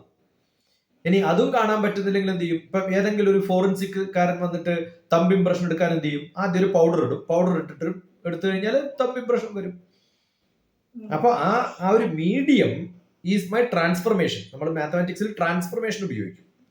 ഇപ്പൊ എനിക്ക് സൗണ്ട് കേൾക്കാൻ പറ്റുന്നില്ലെങ്കിൽ ഞാൻ ഫ്രീക്വൻസി മോഡിലേക്ക് മാറ്റി ട്രാൻസ്ഫോം ചെയ്ത് പിന്നെ AM ആക്കി മാറ്റി എവിടത്തേക്ക് അയക്കണോ അവിടത്തേക്ക് മാറ്റി ആ ട്രാൻസ്ഫർമേഷൻ ഞാൻ ഉപയോഗിച്ചത് ഫ്രീക്വൻസി മാറ്റുമ്പോഴാണ് എനിക്ക് യഥാർത്ഥ സൗണ്ട് കേൾക്കുന്നത്. That is how we transform, right? So everything is a transformation. എന്റെ ഒപ്റ്റിക്കൽ ഫ്ലക്സ് എനിക്ക് കാണാൻ പറ്റാത്തപ്പോൾ ഞാൻ ഒപ്റ്റിക്കൽ ഫ്ലക്സിനെ കളർ കോഡ് ചെയ്തിട്ടും കാണും. ടെമ്പറേച്ചറിനെ കളർ കോഡ് ചെയ്യാം, സൗണ്ടിനെ കളർ കോഡ് ചെയ്യാം, എല്ലാത്തിനെയും കളർ കോഡ് ചെയ്യാം.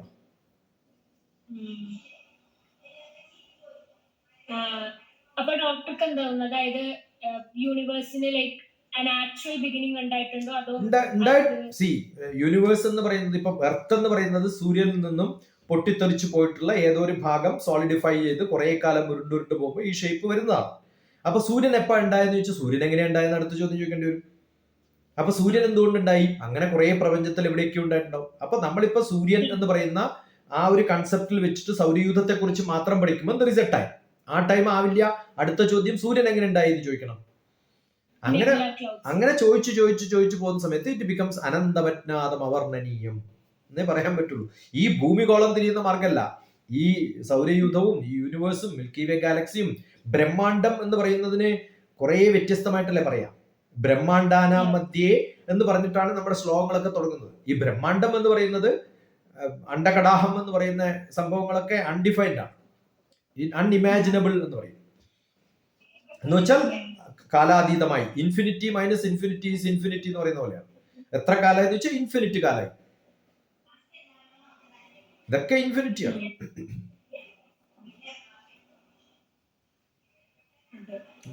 Good that you are going to be a doctor. You have to continue. ഇപ്പൊ നമ്മൾ ഈ പഠിക്കുന്ന സമയത്ത് അടുത്ത് ആലോചിക്കേണ്ടത് PhDക്ക് എന്ത് പ്രോബ്ലം ചെയ്യും, ആരെ കണ്ടുപിടിക്കും, അവിടെ തന്നെ ചെയ്യാൻ പറ്റുമോ, ഒക്കെ അങ്ങനെ എക്സ്റ്റെൻഡ് ചെയ്ത് പോകണം.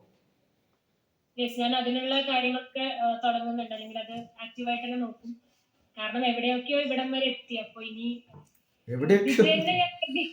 ഇത് തന്നെ ഞാൻ പ്രതീക്ഷിച്ചിട്ടില്ല. കാരണം 2 വേക്കൻസി ഒക്കെ ഉണ്ടായിരുന്നു. അപ്പൊ അങ്ങനെ ഞാൻ പ്രതീക്ഷിച്ചിട്ടേ ഇല്ല. അപ്പൊ ഇത്രയും ആയ സ്ഥിതിക്ക് ഇനിയിപ്പോ അങ്ങോട്ടേക്ക് ഒരു റെസ്പോൺസിബിലിറ്റി തന്നെയാണ്. അത് ഞാൻ ആ റെസ്പോൺസിബിലിറ്റി നല്ല സ്ഥലത്താണ്, ഏറ്റവും നല്ല സ്ഥലത്താണ് എത്തിയിട്ടുള്ളത്. കാരണം ഒരു ഫിസിക്സുകാർക്ക് എത്താൻ പറ്റുന്ന 3-4 ബേസിക് ഇൻസ്റ്റിറ്റ്യൂഷൻസ് എന്ന് പറയുന്നത് ഒന്ന് PR-ലാണ്, പിന്നെ NPL ആണ്, national physical laboratory. National physical ഡൽഹിയിലല്ലേ? അതെ, അതാണ് നമ്മുടെ എല്ലാ മെഷർമെന്റിന്റെയും ബേസിക് മെഷർമെന്റ് എങ്ങനെ നടക്കണം എന്നൊക്കെ അവിടെയൊക്കെ ഞാൻ ക്ലാസ് കൊടുത്തിട്ടുണ്ട്, ഇന്ത്യൻ സയന്റിഫിക് ഹെറിറ്റേജിനെ കുറിച്ചൊക്കെ.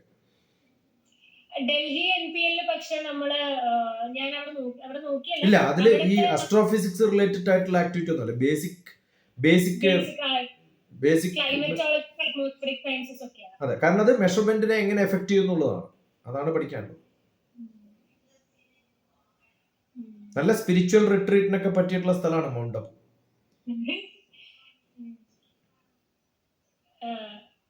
ഡോക്ടർ, എനിക്ക് തോന്നുന്നത് എന്താന്ന് പറഞ്ഞാല്, അതായത് ഇപ്പൊ നമ്മള് ഈ ഒരു യൂണിവേഴ്സിന്റെ ബിഗിനിങ്ങിനെ കുറിച്ച് സംസാരിക്കുമ്പോൾ നമ്മള് ഇപ്പൊ ഫിസിക്സിന്റെ ആകെ ഉള്ള ഒരു പ്രശ്നം എന്ന് പറയുന്നത് നമുക്ക് 4 ഫണ്ടമെന്റൽ ഫോഴ്സസിനെ യൂണിഫൈ ചെയ്യാൻ പറ്റുന്നില്ല എന്നുള്ളതാണ്.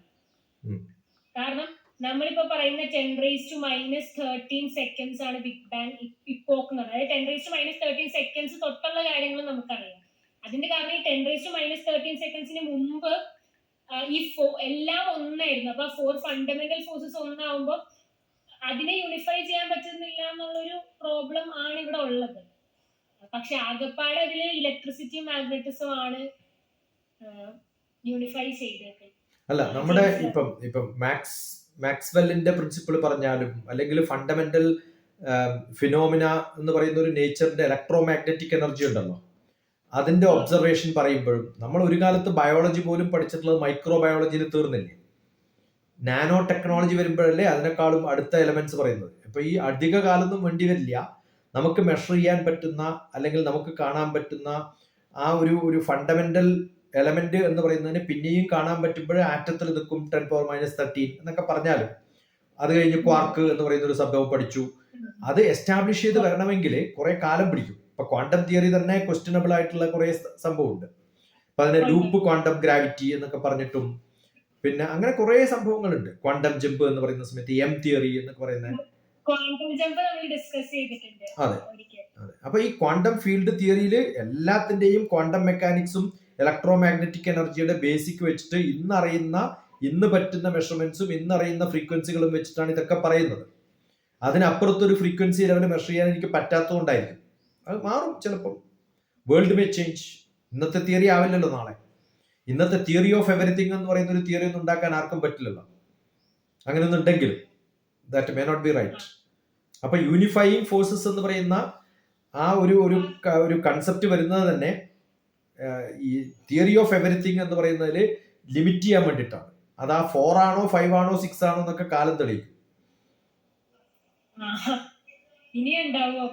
ഉണ്ടാവും. കാരണം ഗ്രാവിറ്റി പഠിച്ചപ്പോൾ നമ്മൾ അതാണ് ഗ്രാവിറ്റി, എർത്തിന് ഒരു ഗ്രാവിറ്റിയേ ഉള്ളൂ എന്ന് പറഞ്ഞിട്ട് ഗ്രാവിറ്റി ഒന്നല്ല, പല സ്ഥലത്തും വ്യത്യസ്തമാണെന്നൊക്കെ പറഞ്ഞിട്ട് നമ്മൾ പിന്നെ പഠിക്കൂലേ.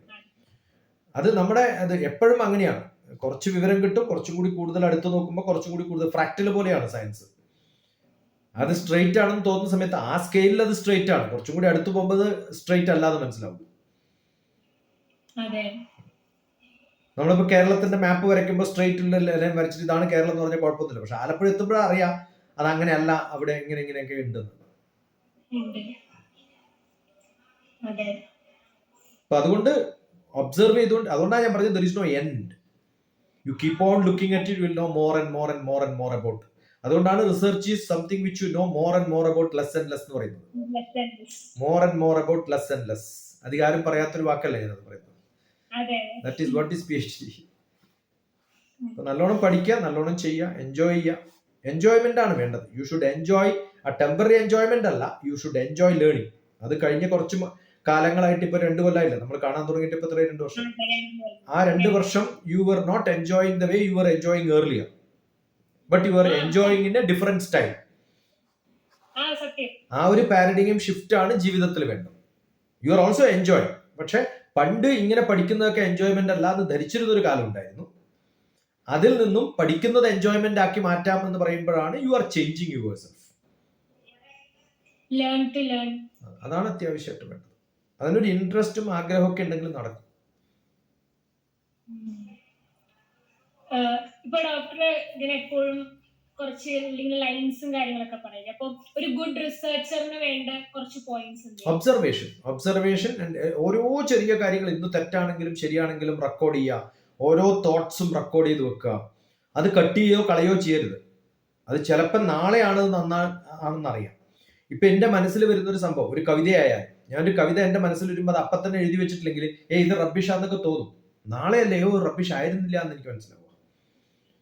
ഇത് ആരോ പാടിയതാണെന്ന് ധരിക്കണ്ടാവും, പക്ഷെ ആ പാടിയതാണെങ്കിലും വ്യത്യസ്തമായിട്ട് ഞാൻ മാറ്റി എഴുതിയിട്ടുണ്ടാവും. അപ്പൊ അത് എഴുതി വെച്ചില്ലെങ്കിൽ മറന്നു. അതുകൊണ്ട് ഓരോ റിസർച്ചർക്കും വേണ്ടത് അതിന്റെ മെത്തഡോളജിയൊക്കെ ചിലപ്പോൾ നമ്മുടെ മനസ്സിലുണ്ടാവില്ല. ഇപ്പം അങ്ങനെ ശ്രീനിവാസ രാമാനുജൻ എഴുതി വെച്ചിട്ടുള്ള കുറെ തിയറികൾ ഇന്നും പ്രൂവ് ചെയ്യാൻ പറ്റാത്തത് അദ്ദേഹം ഡോക്യുമെന്റ് ചെയ്യാത്തതുകൊണ്ടായിരിക്കും. കുറെ ഡോക്യുമെന്റ് ചെയ്തിട്ടുണ്ടെങ്കിൽ ഇന്ന് കുറെ പേര് മാത്തമാറ്റിക്സിൽ റിസർച്ച് ഒന്നും ചെയ്യേണ്ട കാര്യം ഉണ്ടായിട്ടുണ്ടാവില്ല.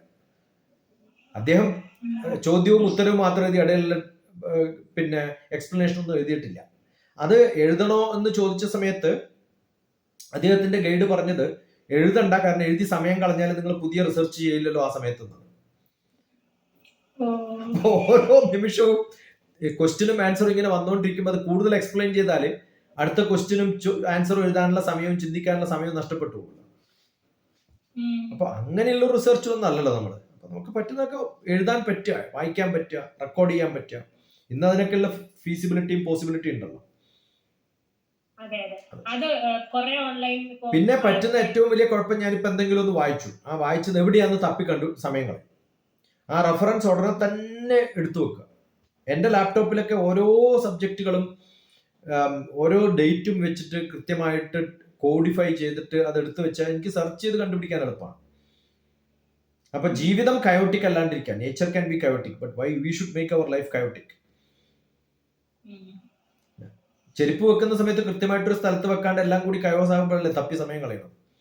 അതുകൊണ്ട് ഒരു ഓർഡർ ഉണ്ടാവുക, ഡിസിപ്ലിൻ ഉണ്ടാവുക. കൃത്യമായിട്ട് വെച്ച് കഴിഞ്ഞാൽ നമ്മൾ ഓരോ ചെയ്യുന്ന വർക്കുകളും, ഓരോ സബ്ജക്റ്റുകളാണെങ്കിൽ ഓരോ ലെക്ചറുകൾ കേൾക്കുമ്പോൾ അത് നോട്ട് ചെയ്തിട്ട് കാര്യം മാത്രമല്ല, നോട്ട് ചെയ്തിട്ട് അതിനൊരു ഇൻഡെക്സ് ഉണ്ടാക്കിയിട്ട് സൂക്ഷിച്ചു വെച്ച് അത് കൃത്യമായിട്ട് വെച്ച് കഴിഞ്ഞാൽ എളുപ്പമാണ്. എനിക്ക് നന്ദിനിയായിട്ടുള്ള ഡിസ്കഷൻസ് അറിയണമെങ്കിൽ ഡോക്ടർ TPS നന്ദിനി നടിച്ചാൽ കംപ്ലീറ്റ് വരില്ലേ? ഇന്നലെ വൈകുന്നേരം ഉണ്ടായിരുന്ന ഡോക്യുമെന്റ് ഡിസ്കഷൻ, അത് പ്രൈവറ്റ് ആണെങ്കിൽ പോലും I upload in YouTube, make it as private, not publicly available, but send it to those people. ഇതൊക്കെയാണ് നമ്മൾ ഇന്നലെ ഡിസ്കസ് ചെയ്തത്. ഒരിക്കലും ഞാൻ അങ്ങനെ കളയാറില്ല.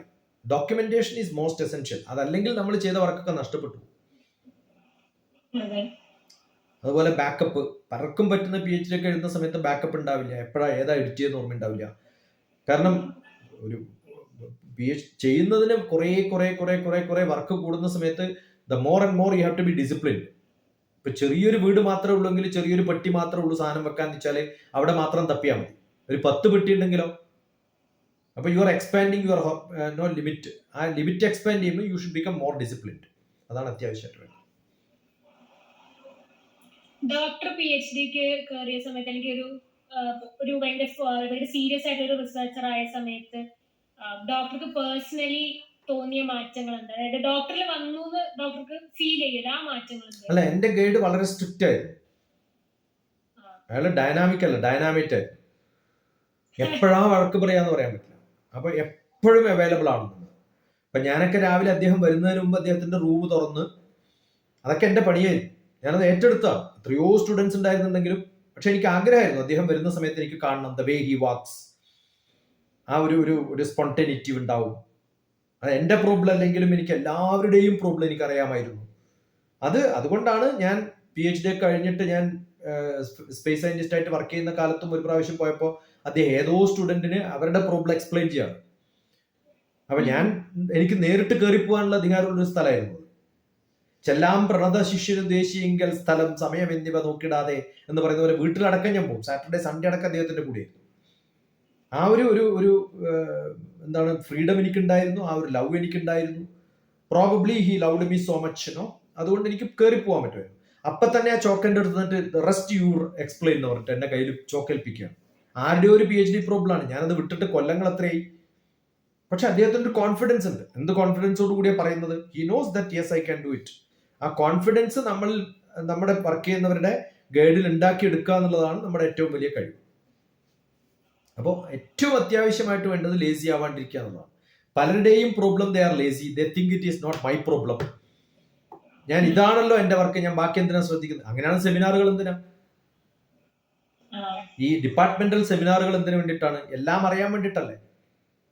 അപ്പൊ അന്ന് ആ സ്പേസ് സയൻസിന്റെ ടോക്ക് കൊടുക്കുന്ന സമയത്ത് അവിടുന്ന് ഒരു ചോദ്യം ചോദിക്കാൻ വന്ന കുട്ടിയെ സർപ്രൈസ് ചെയ്തിട്ട് ഞാൻ പറഞ്ഞില്ലേ, അവൾ ഇടക്കിടയ്ക്ക് എനിക്ക് മെസ്സേജ് അയക്കും, ഐ സ്റ്റിൽ വണ്ടർ ഇതെങ്ങനെയാ സംഭവിച്ചത്, how could you know my mind, how could you read my mind എന്നൊക്കെ ഇടക്കിടയ്ക്ക് ചോദിക്കും. അതിന് നമുക്കൊരു ആൻസർ കൊടുക്കാൻ പറ്റില്ല. ആ ഒരു ഫ്രീക്വൻസിയിൽ ആ ഒരു സമയത്ത് നമുക്ക് തോന്നുന്നതാണ്. അപ്പൊ നമ്മൾ ഏതെങ്കിലും ഒരു പ്രോബ്ലം കേൾക്കുന്ന സമയത്ത് നമുക്ക് തോന്നും, ഓ ഇത് എനിക്ക് ഇങ്ങനെ ചെയ്താൽ ഇതേ സംഭവം എനിക്ക് ചെയ്യാൻ പറ്റുമോ. ഞാൻ എപ്പോഴും ഏറ്റവും മോശം ക്ലാസ്സുകളിൽ ഇരിക്കുമ്പോഴും എന്റെ ഫ്രണ്ട്സ് ഒക്കെ ചോദിക്കാണ് എന്തിനാ ഈ മോശം ക്ലാസ്സിൽ ഇരിക്കണം എന്ന് ചോദിക്കുമ്പോൾ ഞാൻ പറയാറുണ്ട്, നാളെ മോശം മാഷാവാണ്ടിരിക്കാൻ വേണ്ടിയിട്ടുള്ള ട്രെയിനിങ് ആയിരുന്നു. മനസ്സിലായോ? അപ്പൊ എല്ലാം പഠനമാണ്. അതല്ലെങ്കിൽ ഞാൻ വലിയ കാര്യങ്ങളൊന്നും ചെയ്യുന്നത് കറക്റ്റ്. വലിയ കാര്യങ്ങളൊന്നും ചെയ്യാത്ത സമയത്ത് വൈക്കോണ്ടേ ഇൻവെസ്റ്റ് മൈ ടൈം എന്നാണ് ഞാൻ അറിയേണ്ടത്. അതിനേക്കാളും പ്രയോറിറ്റൈസ്ഡ് ആയിട്ടുള്ള ഏതെങ്കിലും ഒരു കാര്യം ഉണ്ടെങ്കിൽ ശരി. അതില്ലാത്തിടത്തോളം കാലം ഓൾവേസ് സീ ദാറ്റ് നോ, ഇപ്പൊ 1 മണിക്കൂർ ലെക്ചർ ഉണ്ട്, എന്റെ ടോപ്പിക് അല്ല, how am I going to use it in my life എന്ന് അറിയേണ്ട കാര്യമൊന്നുമില്ല. അതല്ലെങ്കിൽ ഞാൻ ആ സമയത്ത് ഞാൻ മറ്റെന്തെങ്കിലും ചെയ്യുന്നത് എങ്ങനെയാണ് യൂസ് ചെയ്യാൻ പോകുന്നത്. വൈ ഷുഡ് ഐ അറ്റൻഡ് എന്നല്ല ചോദിക്കേണ്ടത്, why should not I attend എന്നാ ചോദിക്കേണ്ടത്. നമ്മൾ പലരും അങ്ങനെയാണ്, ഞാൻ എന്തിനാ ഇത് ചെയ്യണമെന്നാ ചോദിക്കുക. അങ്ങനല്ല, ഞാൻ ഇത് എന്തിനു ചെയ്യാതിരിക്കണമെന്ന് ചോദിക്കുക. അതാണ് വേണ്ടത്. Invest your time, invest your time, don't spend your time. ഏത് കാര്യവും പഠിക്കുമ്പോൾ സീരിയസ് ആയിട്ട് പഠിക്കാതെ എഴുതിയെടുക്കുക, അത് പറയാ. ഇപ്പൊ രാമായണം ഞാൻ എന്തിനാ പഠിച്ചത്, എന്തിനാ വസിഷ്ഠനെ പഠിച്ചതെന്ന് ചോദിച്ചാൽ ഇപ്പൊ മൗണ്ട് അബുവിന്റെ ചോദ്യം ചോദിക്കുമ്പോൾ എന്തുകൊണ്ടാണ് എനിക്ക് ഉത്തരം പറയാൻ പറ്റിയത്? രാമായണം പഠിച്ചതുകൊണ്ടല്ലേ. അപ്പൊ നമ്മൾ എന്തിനാ പഠിക്കുന്നതെന്ന് ചോദിക്കരുത്. ആ സ്പേസും ടൈമും ജിയോഗ്രഫിയും ഒക്കെ പഠിക്കണം. ഇപ്പൊ ഇന്ത്യയുടെ ജിയോഗ്രഫി കൃത്യമായിട്ട് പഠിക്കണം. ഞാൻ യാത്ര ചെയ്യുന്നതുകൊണ്ട് എനിക്ക് എളുപ്പം അറിയാൻ പറ്റും. അല്ലെങ്കിൽ എങ്ങനെ 200 കിലോമീറ്റർ ആണ്. ഇപ്പൊ ഇന്നലെ നന്ദിനി അത് ജയ്പൂരിൽ 7 മണിക്കൂർ അല്ല 7 മണിക്കൂറല്ല 10 മണിക്കൂർ വേണമെന്ന് എനിക്കറിയാം. കാരണം പല പ്രാവശ്യം പ്ലാൻ ചെയ്തിട്ട് ഞാൻ അഹമ്മദാബാദ് താമസിച്ചതാണ്, ജയ്പൂരിൽ പോയിട്ടുള്ളതാണ്, ഉദയ്പൂരിൽ പോയിട്ടുള്ളതാണ്, എല്ലായിടത്തും യാത്ര ചെയ്യുന്ന ഒരാളാണ്. അപ്പൊ ഓരോ അനുഭവവും യാത്രയിലൂടെ ശേഖരിച്ചു വെച്ചിട്ടുള്ളത് കൊണ്ട് എളുപ്പമാണ്. അതല്ലെങ്കിലും ഞാൻ പണ്ടൊക്കെ യാത്ര ചെയ്യുമ്പോൾ ഇപ്പൊ ഇന്നല്ലേ ഗൂഗിൾ മാപ്പും എളുപ്പം നമുക്ക് സെർച്ച് ചെയ്യാൻ പറ്റും. പണ്ടൊക്കെ ഓരോ സ്ഥലത്തും യാത്ര ചെയ്യുമ്പോൾ ഞാൻ അവിടുത്തെ റെയിൽവേ ടൈം ടേബിൾ പഠിക്കും.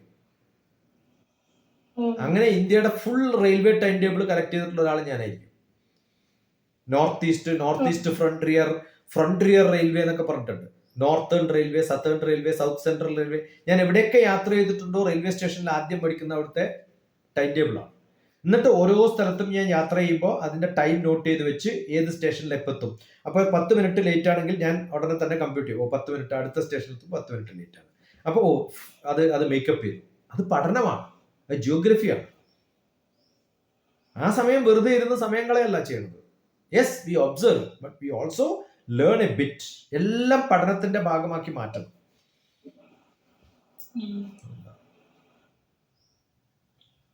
ഡോക്ടർ PhD ചെയ്തുകൊണ്ടിരുന്ന സമയത്ത് ഫേസ് ചെയ്ത ചാലഞ്ചസ് എന്തായിരുന്നു? കാരണം ഫ്ലൂയിഡ് ഡൈനാമിക്സ് ആയിരുന്നല്ലോ ടോപ്പിക്. അപ്പം ഡാറ്റ കിട്ടാൻ നമ്മളൊക്കെ തിയറട്ടിക്കലാണ് ചെയ്യുന്നത്. അപ്പൊ പിന്നെ ഡാറ്റ ഒന്നും ആവശ്യമൊന്നുമില്ല, നമ്മൾ തിയറട്ടിക്കലാണ് ചെയ്യുന്നത്.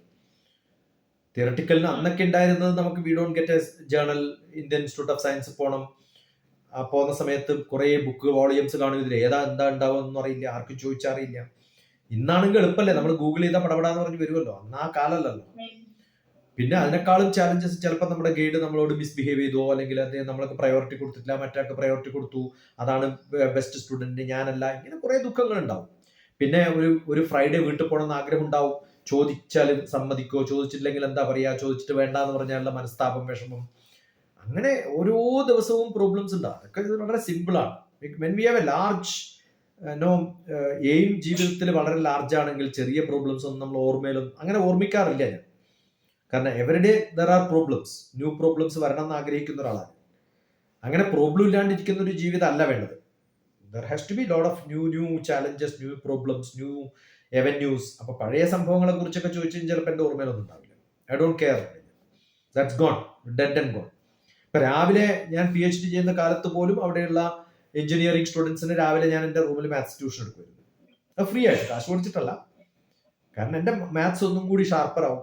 മാഷുടെ എല്ലാ ക്ലാസ്സുകളും ഞാൻ എടുക്കാറുണ്ട്. എന്റെ ഗൈഡ് ക്ലാസ് എടുക്കുന്നതിന് പകരം ഞാൻ ആ ക്ലാസ് എടുക്കുക അദ്ദേഹത്തിന്റെ. അദ്ദേഹം ഒരു ബഞ്ച് ഓഫ് പിന്നെ ഏഹ്, പിന്നെ പേപ്പർ കൊണ്ടുവന്നിട്ട് പറയും, ഇത് ഇവാലുവേറ്റ് ചെയ്യാൻ പറയും. അത് ഞാൻ പഠിപ്പിച്ച വിഷയമാവുന്നില്ല, അദ്ദേഹം എവിടെയോ പഠിപ്പിക്കുന്നത്. ഏതെങ്കിലും ഒരാളുടെ PhD തീസിസ് തന്നിട്ട് ഇത് ഇവാലുവേറ്റ് ചെയ്യാൻ പറയും. ഇത് എന്റെ പണിയല്ല എന്ന് പറഞ്ഞുകൂടെ എനിക്ക്? ഞാൻ ചെയ്തിട്ടില്ല. അതുകൊണ്ട് ഏത് സബ്ജക്റ്റും എവിടെ വെച്ചും ഏത് സമയത്ത് വെച്ചിട്ടും പറയാൻ പറ്റുന്ന ഒരു അവസ്ഥയിലേക്ക് എന്നെ മാറ്റിയെടുത്തത് ഒരു PhD തീസിസ് ഇവാലുവേറ്റ് ചെയ്യുക എന്ന് പറയുന്നത് അത്ര എളുപ്പമൊന്നുമല്ല. അതിന്റെ കമന്റ്സും കംപ്ലീറ്റ് അന്ന് എഴുതി കൊടുക്കണം. അതൊക്കെ എഴുതി കൊടുത്തിരുന്നു ഞാൻ. അത് എല്ലാവരുടെ പറഞ്ഞിട്ടുമില്ല, ഞാൻ ചെയ്യുന്നത് കൊണ്ടാണ് എന്നോട് പറയുന്നത്. അത് ഞാൻ ഒരു വലിയൊരു ഗിഫ്റ്റ് ആയിട്ടാണ് കണ്ടത്. അപ്പം അതൊക്കെ ചിലപ്പോൾ നമുക്ക് അയ്യോ എന്റെ പണി തീർക്കുന്ന സമയത്ത് സെമിനാറിന്റെ തലേദിവസമായിരിക്കും ചിലപ്പോൾ അതെല്ലാം ബൈൻഡ് ചെയ്തിട്ട് കൊടുക്കാൻ പറയും. ഞാൻ ബൈൻഡിങ് പഠിച്ചു, സെറോക്സിങ് പഠിച്ചു, മിഷൻ റിപ്പയർ ചെയ്യാൻ പഠിച്ചിട്ടുണ്ടാവും. സ്റ്റെൻസിലിംഗ് എന്ന് പറഞ്ഞൊരു പരിപാടിയാണ്. ആ സ്റ്റെൻസിൽ ഉണ്ടാക്കാൻ പഠിച്ചു, അതിനെ ബൈൻഡ് ചെയ്യാൻ പഠിച്ചു, സോർട്ട് ചെയ്യാൻ പഠിച്ചു, ക്ലാപ്പ് ചെയ്യാൻ പഠിച്ചു, എല്ലാം പഠിച്ചത് വെച്ചിട്ടാണ്. അപ്പൊ എല്ലാ ഓപ്ഷൻസും ഞാൻ മാക്സിമം പഠിക്കാൻ ശ്രമിക്കുമുണ്ടാവുന്ന ഒരു പ്രയാസം ഉണ്ടാവുമല്ലോ. പക്ഷെ അത് പഠിച്ചു കഴിയുമ്പോഴുള്ള ഒരു എൻജോയ്മെന്റ് ആണ് എന്റെ മനസ്സിൽ ഇപ്പോഴും. ഇപ്പൊ ഇലക്ട്രോണിക് ടൈപ്പ് റൈറ്റർ ഒന്നും തൊടാൻ പാടില്ല, ഒരാൾക്ക് മാത്രമേ പറ്റുള്ളൂ. വളരെ പ്രഷ്യസ് ആയിട്ടുള്ള സാധനം കവറൊക്കെ വെച്ചിട്ട് ഉണ്ടായിരുന്ന ഒരു സാധനമാണ്. പക്ഷെ പലപ്പോഴും എനിക്ക് പെർമിഷൻ കിട്ടിയിരുന്നത് ടൈപ്പ് ചെയ്യാൻ. അത് ടൈപ്പ് ചെയ്യണമെങ്കിൽ കുറച്ചും കൂടി ഒരു എബിലിറ്റി വേണം. ആൽഫ ബീറ്റ ഒക്കെ പറയുന്ന സമയത്തൊക്കെ പ്രോഗ്രാം ചെയ്യുന്ന പോലെയൊക്കെയാണ്. അത് ഞാൻ ഉപയോഗിച്ചിരുന്നു. കമ്പ്യൂട്ടർ ലാബ് തുറക്കാൻ പറ്റില്ല, എനിക്ക് കമ്പ്യൂട്ടർ ലാബിന്റെ താക്കോൽ എൻ്റെ കയ്യിലുണ്ടായിരുന്നു, എനിക്ക് തുറക്കാൻ സമ്മതിക്കുമായിരുന്നു.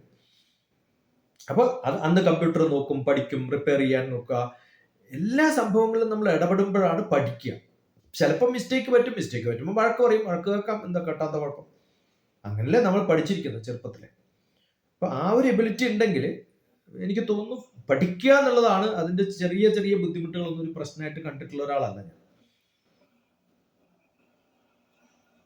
ഡോക്ടർ, മാത്സ് പറയുമ്പോൾ ഇപ്പൊ എന്റെ ഒരുപാട് ബ്രൈറ്റ് ആയിട്ടുള്ള സ്റ്റുഡന്റ്, എന്റെ ഒരുപാട് ബ്രൈറ്റ് ആയിട്ടുള്ള ഫ്രണ്ട്സ് ഉണ്ട്.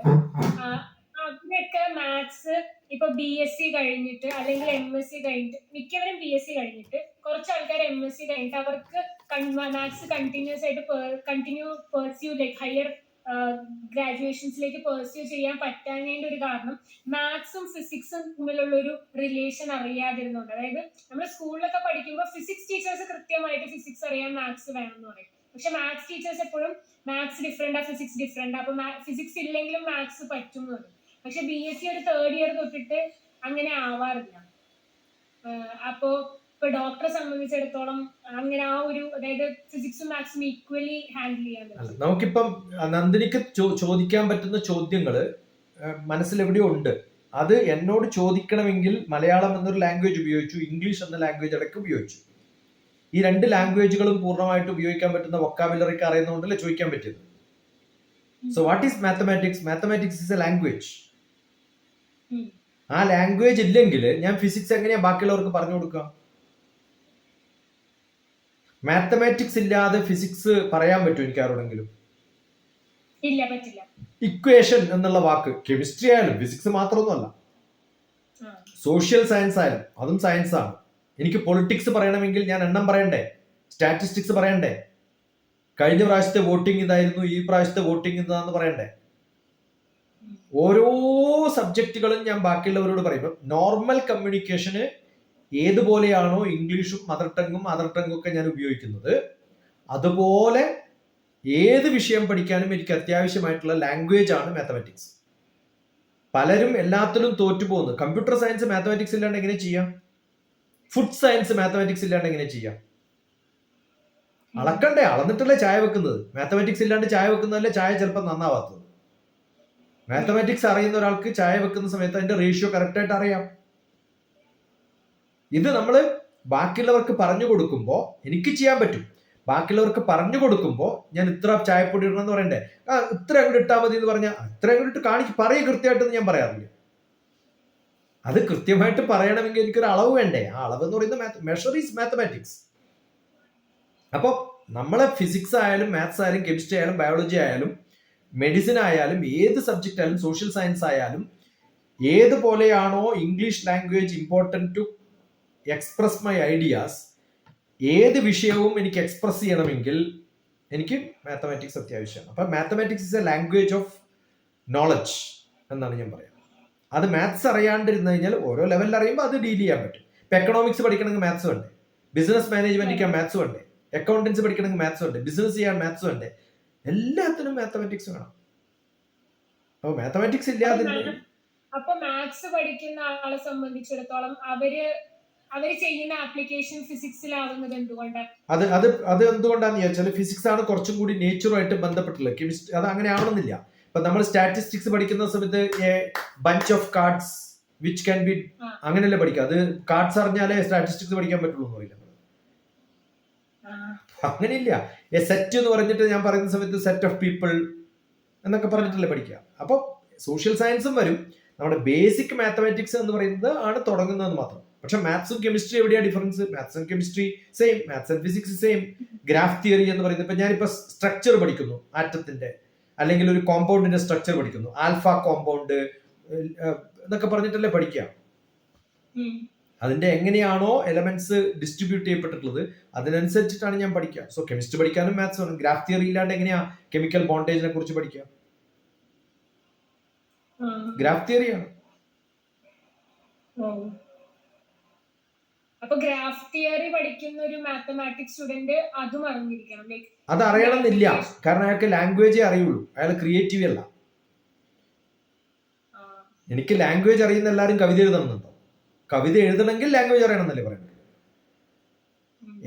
എന്റെ വാക്കുകൾ ഉപയോഗിച്ചിട്ട് എനിക്ക് ജീവിക്കാനൊക്കെ പറ്റും.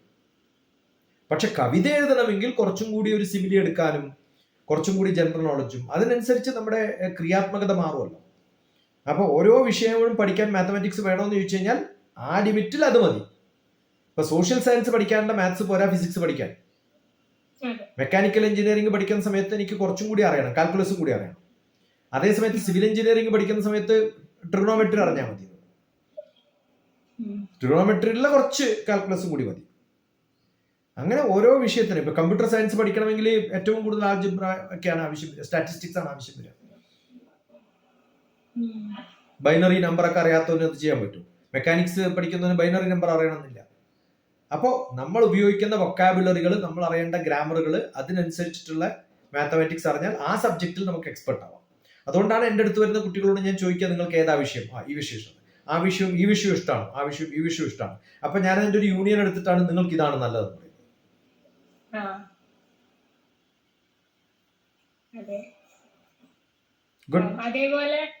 അതേപോലെ നമ്മൾ രണ്ടുപേരും കൂടെ ഫസ്റ്റ് ഗൂഗിൾ മീറ്റ് ഒരു 2 വർഷം മുമ്പ് ഉണ്ടായിരുന്ന ആ മീറ്റിൽ പറഞ്ഞ കാര്യങ്ങൾക്ക് അപ്പുറത്തേക്കൊന്നും ഇതുവരെയും സംഭവിച്ചിട്ടില്ല. ലൈക്ക് ആ കാര്യങ്ങളൊക്കെ തന്നെ ഇപ്പോഴാണെങ്കിലും ലൈക്ക് ചെയ്യേണ്ട കാര്യങ്ങളാണ്. പക്ഷെ നന്ദിനി ആദ്യകാലത്തുള്ള ഗൂഗിൾ മീറ്റിൽ എന്നോട് ചോദിക്കുന്ന ചോദ്യങ്ങളിൽ സെന്റൻസ് സ്ട്രക്ചർ കറക്റ്റ് അല്ല, ഇങ്ങനെ ചോദിച്ചാൽ പോരാ, ക്ലാരിറ്റി വേണം എന്നൊക്കെ പറയുന്ന ഒന്നും എനിക്ക് പറയേണ്ട ആവശ്യം വരുന്നില്ലല്ലോ ഇപ്പൊ.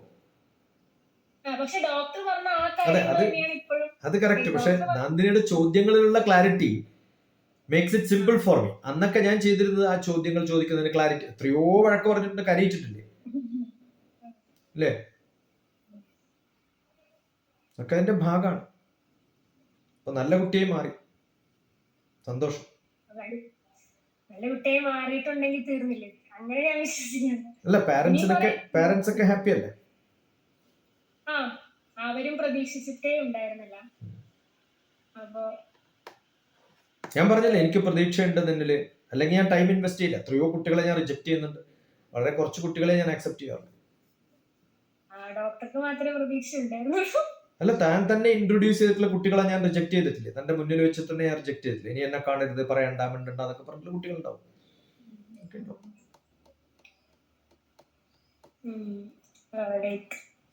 പക്ഷെ ഓഫ്കോഴ്സ് എനിക്ക് ഞാൻ ഡോക്ടറെ കണ്ടിട്ട് തന്നെ ഇവിടെ ജോയിൻ ചെയ്തു. പോണതിന് മുമ്പ് എനിക്ക് കണ്ടിട്ട് ജോയിൻ ചെയ്യണമെന്നുണ്ട്. മുഖതാവ് കണ്ടുവല്ലോ, ഗുഡ്. എപ്പോഴും ഉണ്ടാവും, നമുക്ക് എവിടെയെങ്കിലും കാണാം, അല്ലെങ്കിൽ മൗണ്ട് അബുല് വരാലോ കാണാം. ബുദ്ധിമുട്ടൊന്നുള്ള കാര്യം. പിന്നെ വേറെ കാര്യങ്ങളൊന്നും പറയണ്ടാവില്ല. കാര്യങ്ങളൊക്കെ തന്നെയാണ്. എനിക്ക് ഓഫ്കോഴ്സ് ഡോക്ടറുടെ ഗൈഡൻസും. അല്ല, അതിനേക്കാളും കൂടുതൽ ഒരു ഗ്രാമത്തെ ഫുൾ എനിക്ക് പരിചയപ്പെടുത്തിയില്ലേ. നമ്മൾ ആ വന്ന സമയത്ത് അവിടെ കുറെ ആൾക്കാരെ പരിചയപ്പെട്ടു, കുറെ ഗെറ്റ് ടുഗദർ ഉണ്ടായി, എന്റെ ബർത്ത്ഡേ സെലിബ്രേറ്റ് ചെയ്തു. ഇപ്പോഴും എന്നെ ഓർക്കുന്ന കുറെ ജനങ്ങളുണ്ട്. അതൊരു വലിയൊരു ഭാഗ്യമാണ്. ഡോക്ടർ എന്നെ ഇൻട്രൊഡ്യൂസ് ചെയ്തല്ലോ, ഞാനും നടുവിലും അവിടുത്തെ ആൾക്കാരും. എനിക്കിപ്പോഴും കോണ്ടാക്റ്റിലായിട്ടുള്ള ആൾക്കാരുണ്ട് കേട്ടോ നടുവിലെ. ലൈക്ക് ഇപ്പൊ നാരായണൻ മുത്യങ്ങളാണെങ്കിലും ചന്ദ്രങ്ങളാണെങ്കിലും ഒക്കെ. അപ്പൊ അവരോടൊക്കെ എനിക്ക് പറയണം, ഇത് കഴിഞ്ഞിട്ട് അവരോടൊക്കെ പോണ കാര്യവും ഈ കാര്യം. കാരണം അവരെന്നോട് എപ്പോഴും ചോദിക്കാറുണ്ട്, ഇങ്ങനെ എന്തായി അല്ല ഇത് റെക്കോർഡഡ് ആയിട്ട് പോവല്ലോ യൂട്യൂബിൽ, you can share it to dum.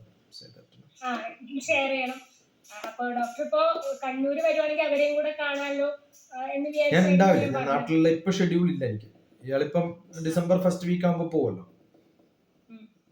ഒരു ഇപ്പൊ ഞാൻ പറയുന്നത് ഒരു കോളേജിനെ സംബന്ധിച്ചിടത്തോളം 4 കുട്ടികളാണെങ്കിലും 5 കുട്ടികളാണെങ്കിലും അതിൽ 3 പേര് ഇന്നടുത്ത് പ്രോജക്റ്റിന് പോകുന്നു. ഒരാൾ ആദ്യമായിട്ടല്ലേ PR ഒരാൾ പ്രോജക്റ്റിന് പോകുന്നത് ആ സെന്റർ, അത് അവരും സെലിബ്രേറ്റ് ചെയ്യും. അതാണ് വേണ്ടത്. We should become a cause for celebrating എന്ന് നമ്മുടെ ഇൻസ്റ്റിറ്റ്യൂഷനിൽ. അത് എല്ലാവർക്കും സാധിക്കില്ല എന്ന് വെച്ചാൽ എല്ലാ ഇൻസ്റ്റിറ്റ്യൂഷൻ പോലും അത് മനക്കെട്ട് കാണാറില്ല. ഇപ്പൊ ഞാൻ പഠിച്ച സ്കൂളൊന്നും ഇതുവരെ ഇങ്ങനെ ഒരാൾ സ്പേസ് സയന്റിസ്റ്റ് ആയിട്ടുണ്ടെന്ന് അവർക്കൊന്നും ഒരു ബാധകമൊന്നുമല്ല. അത് റെക്കഗ്നൈസ് ചെയ്യണമെങ്കിലും അറിയണമെങ്കിലും അതിനുള്ള മൂള വേണമെന്ന് പറയും. അതില്ലാത്ത ഗ്രാമത്തിന്റെ പ്രത്യേകതയാണ്. ഇത്രയൊക്കെ ഉണ്ടാവും. ഇപ്പൊ ഞാൻ പഠിച്ച കൊച്ചിൻ യൂണിവേഴ്സിറ്റി, ഞാൻ അതേ തൊട്ടടുത്ത യൂണിവേഴ്സിറ്റിയിലെ ഡയറക്ടർ ആയിട്ടുണ്ട്. ആ കൊച്ചിൻ യൂണിവേഴ്സിറ്റിയിലെ ആ ഒരു ഹെഡ് ഓഫ് ദി ഡിപ്പാർട്ട്മെന്റ് അല്ലെങ്കിൽ ഫാക്കൽറ്റി അല്ലെങ്കിൽ ആ കമ്മ്യൂണിറ്റി എന്ന് പറയുന്നവർക്ക് ഒരു പ്രത്യേകത തോന്നണം. അത് തോന്നിയില്ലെങ്കിൽ ബുദ്ധിമുട്ടാണ്. അത് തോന്നിപ്പിക്കാൻ നമുക്ക് പറ്റുമൊന്നുമില്ല, ട്രിഗർ ചെയ്യാനേ പറ്റൂ. അതുപോലെ ഓരോരോ സംഭവങ്ങൾ വരുന്ന സമയത്ത് നമ്മൾ അവരുടെ ബാക്ക്ഗ്രൗണ്ട് നോക്കിയിട്ടും അവരുടെ ഒരു ഇൻട്രസ്റ്റ് ഉണ്ടെന്ന് കാണുമ്പോൾ അതിനെ ഒന്ന് ബൂസ്റ്റ് ചെയ്യുന്ന സമയത്ത് ആ കിട്ടുന്നൊരു ഗുണം. അപ്പം അതേ സമയത്ത് അത് വേറെ പല യൂണിവേഴ്സിറ്റികളിലൊക്കെ ആണെങ്കിൽ ചിലപ്പോൾ ഉണ്ടായിരുന്നില്ല. തന്റെ കോളേജ് അത് സെലിബ്രേറ്റ് ചെയ്യുന്ന ഉറപ്പാണ് എനിക്ക്. Your success will become A celebration for them. അങ്ങനെ ഉണ്ടാക്കിയെടുക്കാനാണ് നമുക്ക് കഴിവ് വേണ്ടത്. അതുകൊണ്ടാണ് അവരും ആ ലിബർട്ടി തരുന്നതും ഫ്രീഡം തരുന്നതും ഒക്കെ. They know that you are going to do well. അതേ സമയത്ത് വേറെ എന്തെങ്കിലും വികൃതിക്ക് പോവുകയാണെങ്കിൽ അവർ അങ്ങനെ ലിബർ ആവില്ലല്ലോ, ഫ്രീ ആവില്ലല്ലോ. They will become strict. അപ്പൊ ആരെങ്കിലും സ്ട്രിക്റ്റ് ആവുന്നുണ്ടെങ്കിൽ നമ്മൾ അവരെ അത് കൺവിൻസ് ചെയ്യിപ്പിച്ചിട്ടില്ല എന്നുള്ളതാണ് അർത്ഥം. അത് സാധിക്കുകയാണെങ്കിൽ they will start celebrating it. ഉണ്ടാവട്ടെ, സന്തോഷം. അതേപോലെ നമ്മളുടെ ഇപ്പൊ BSc ഫിസിക്സ് ഒക്കെ 4 ഇയർ ഡിഗ്രി ആക്കിയല്ലോ ന്യൂ എഡ്യൂക്കേഷൻ പോളിസി അനുസരിച്ച്. പക്ഷെ അതിൽ സിലബസ് റിവിഷൻസ് വല്ലതും വന്നിട്ടുണ്ടോ? ഇത് ഈ സിലബസ് മാറിയാലും 4 കൊല്ലായാലും 3 കൊല്ലായാലും പഠിപ്പിക്കുന്ന മാഷന്മാർക്ക് വിവരമില്ലെങ്കിൽ വരുന്ന കാര്യം. മിക്കവാറും കേരളത്തിന്റെ അല്ല ഇന്ത്യയുടെ ഫുൾ അധോഗതി എന്താന്ന് വിചാരിച്ചാൽ ഈ പഠിപ്പിക്കുന്ന മാഷന്മാർ നന്നായിട്ടേ ഇല്ല. അവര് 4 കൊല്ലം 3 കൊല്ലം ഒന്നും പഠിച്ചിട്ടില്ല, ഒരു ദിവസം പോലും പഠിക്കാറില്ല. ഇപ്പൊ നമ്മൾ ഈ ചോദ്യങ്ങൾ ഇത്തരം ഞാനിപ്പോ ചോദിക്കുന്ന നന്ദിനി ചോദിച്ച ഇത്തരം ചോദ്യങ്ങൾ ചോദിക്കാൻ പറ്റിയ ഒരു 10 മാഷന്മാര് നന്ദിനിയുടെ മുമ്പിൽ വരുമ്പോഴല്ലേ നന്ദിനി വളരുക. അല്ലെങ്കിൽ നന്ദിനിയെ 3 കൊല്ലം പഠിപ്പിച്ചിട്ടുള്ള ടീച്ചർമാർ കോളേജിൽ ഉണ്ടാകുമ്പോൾ അവരുടെ അടുത്ത് എന്തേ പോയിരുന്നു, എന്റെ അടുത്ത് എന്തേ വരാൻ കാരണം ഇതുവരെ പരിചയമില്ലാത്ത ഒരാൾക്ക്. Because you found there is something great, bigger ഒരു പെർസ്പെക്റ്റീവ് അല്ലെങ്കിൽ ഒരു വഴിയെങ്കിലും കാണിച്ചു തരാൻ പറ്റും. നന്ദിനിക്ക് അറിയുന്ന വിവരം എനിക്കുണ്ടെന്നല്ല ഞാൻ പറഞ്ഞു, ആ വഴി കാണിച്ചു തരാൻ പറ്റുന്നു എന്നുള്ളൊരു ഗുണമുണ്ടല്ലോ. അതാണ് നമ്മൾ ചെയ്യേണ്ടത്. ഇനിയും അങ്ങോട്ടേക്ക് ഡോക്ടർ സപ്പോർട്ടും ഗൈഡൻസും all the best. God bless you. Doctor കൂടെ ഉണ്ട് എന്ന് പറഞ്ഞ ആ ഒറ്റൊരു ഇതിലാണ് നിലയ്ക്ക് ഇത്രയും വരെ എത്തിയത്. അപ്പൊ ഇനി അങ്ങോട്ടേക്കും കൂടെ തന്നെ എന്നെ മനസ്സിൽ വെക്കുന്ന കുറെ നാട്ടുകാരില്ലേ, അതിനൊക്കെ കാരണക്കാരിയും ഒക്കെ നന്ദിനിയല്ലേ. അത് തന്നെ വലിയൊരു കാര്യമല്ലേ അല്ലേ. നന്ദിനി ഏതോ വീട്ടിൽ പോയ സമയത്ത് നമ്മൾ ഓർത്തു എന്നൊക്കെ പറഞ്ഞില്ലേ. നന്ദിനി തെറ്റ് ചെയ്യുമ്പോ ചൂണ്ടിക്കാണിക്കാനൊക്കെ നാട്ടുകാരുണ്ടല്ലോ. ഇല്ല, എല്ലാവരും ഉണ്ട്. കാരണം ഇപ്പൊ ഞാൻ ഇവിടെ ഹൗസ് വാമിംഗ് എടുത്തു പോയപ്പോ വീട്ടിന്റെ ഫ്രണ്ടിൽ ചെരുപ്പൊക്കെ എല്ലാ ആൾക്കാരും വരും, ചെരുപ്പൊക്കെ കറക്റ്റ് ആയിട്ട് അറേഞ്ച് ചെയ്യും. അതേപോലെ എല്ലാരും ഹിന്ദുയിസം മലയാളം ആ ചാനൽ എല്ലാരും കേൾക്കാറുണ്ട്. അപ്പോ അവരെല്ലാരും അതിനെക്കുറിച്ച് എത്ര സിമ്പിൾ ആയിട്ടാണ് ഏറ്റവും കോംപ്ലക്സ് ആയിട്ടുള്ള കാര്യങ്ങൾ പറയുന്നത് എന്ന് പറയാറുണ്ട്. ഇപ്പൊ 2 ആൾക്കാരും കൂടി എല്ലാവരും എന്നോട് എല്ലാവർക്കും ഡോക്ടർ എന്താണ് ചെയ്യണേ, എങ്ങനെയാണ് ഇപ്പൊ എന്താണ് ചെയ്യുന്നത്. അതേപോലെ എന്നോട് സ്ഥിരമായിട്ട് ഇപ്പൊ പല സ്കൂൾസിലുള്ള ടീച്ചേഴ്സ് എന്നോട് ചോദിക്കാറുണ്ട്. അതായത് അന്ന് വന്ന ഡോക്ടറില്ല, അപ്പൊ ഡോക്ടർ ആണെങ്കിൽ കുട്ടികളൊക്കെ ഇരുന്നോളും, കുട്ടികളെ അങ്ങനെ കൺട്രോൾ ചെയ്യാൻ പറ്റുന്ന ഒരാൾ വേണം. അപ്പൊ ഞാൻ ഡീറ്റെയിൽസ് ഒക്കെ കൊടുക്കും, വിളിച്ചോ അങ്ങനെ പറയുമ്പോ അത് അങ്ങനെ ആ പ്രശ്നം ഈ പ്രശ്നം അങ്ങനെ കുറെ പ്രശ്നങ്ങളൊക്കെ പറയാറുണ്ട്. അല്ല അതാണ് ഞാൻ പറഞ്ഞില്ലേ, എന്തൊക്കെയോ പ്രശ്നങ്ങൾ പറഞ്ഞ് നന്ദിനിക്ക് ഒഴിവാവാമായിരുന്നില്ലേ. അത് ചെയ്തില്ലല്ലോ. ഉദ്യമം ഉണ്ടായിട്ട് കാര്യമില്ല, സാഹസം, jump into action is more important. അതാണ് വേണ്ടത്. അതാണ് പലർക്കും ഇല്ലാണ്ടാവുന്നത്. ഇപ്പൊ ഇന്ന് രാവിലെ ഒരാൾ വിളിച്ചു, അമ്മയ്ക്ക് നല്ല താല്പര്യമുണ്ട് എന്നോട് സംസാരിക്കണം എന്ന്, മോൻ സംസാരിക്കണം. അപ്പൊ മോൻ ഫോൺ വിളിച്ച സമയത്ത് എന്താ പറയാനുള്ളത്, ഒന്നും പറയാനില്ല. അപ്പൊ അമ്മയോട് പറഞ്ഞു മോൻ ഇന്നൊക്കെ ചോദിക്കാണ്ട്, അവൻ ഡഫ് ആൻഡ് ഡം അല്ലാന്ന് എനിക്കറിയാലോ, അതിന് മുമ്പ് സംസാരിച്ചു. പക്ഷെ അവന് ചോദിക്കാനില്ല ഒന്നും. ചോദിക്കാനില്ലെങ്കിൽ പിന്നെ നമ്മൾ അവനെ നന്നാക്കിയിട്ട് കാര്യമില്ല. അതുകൊണ്ടാണ് പലപ്പോഴും ഞാൻ പറയുന്നത്, ഞാൻ ആരാണെന്ന് അറിഞ്ഞ് അതൊക്കെ ഞാൻ ആദ്യം ചോദിച്ചിരുന്നു. ഞാൻ ആരാണെന്ന് അറിയോ, എന്റെ വീഡിയോ കണ്ടോ, എന്നെ മനസ്സിലാക്കിയോ, കൺവിൻസ്ഡ് ആണോ, എന്നിട്ടാണോ വരുന്നത്, അതൊക്കെ ചോദിക്കുന്നത് അതുകൊണ്ടാണ്. കുറച്ച് ഹോംവർക്ക് ചെയ്യാനും അത് കഴിഞ്ഞ് അടുത്ത സ്റ്റെപ്പിലേക്ക് പോകണം എന്നുള്ള ആഗ്രഹമുള്ളവർക്ക് മാത്രമേ നമുക്ക് പുഷ് ചെയ്യാൻ പറ്റുള്ളൂ. കൈ ഒന്ന് പൊന്തിച്ചാലേ ഷർട്ട് ഇട്ട് കൊടുക്കാൻ പറ്റുള്ളൂ. ഞാൻ കൈ ഇങ്ങനെ കെട്ടിട്ട് എനിക്ക് ഷർട്ട് ഇട്ടതാന്ന് പറഞ്ഞാൽ പറ്റുമോ? ഇല്ലല്ലോ. ആ ഒരു ഉരുക്കുണ്ടെങ്കിൽ ഷർട്ട് ഇട്ട് കൊടുക്കാൻ പറ്റും, അത്ര പറ്റും. അപ്പൊ നന്നായി വരിക. എല്ലാ ഭാവുകങ്ങളും സന്തോഷവും. കാണാം എവിടെയെങ്കിലും എപ്പോഴെങ്കിലും. ഓക്കെ.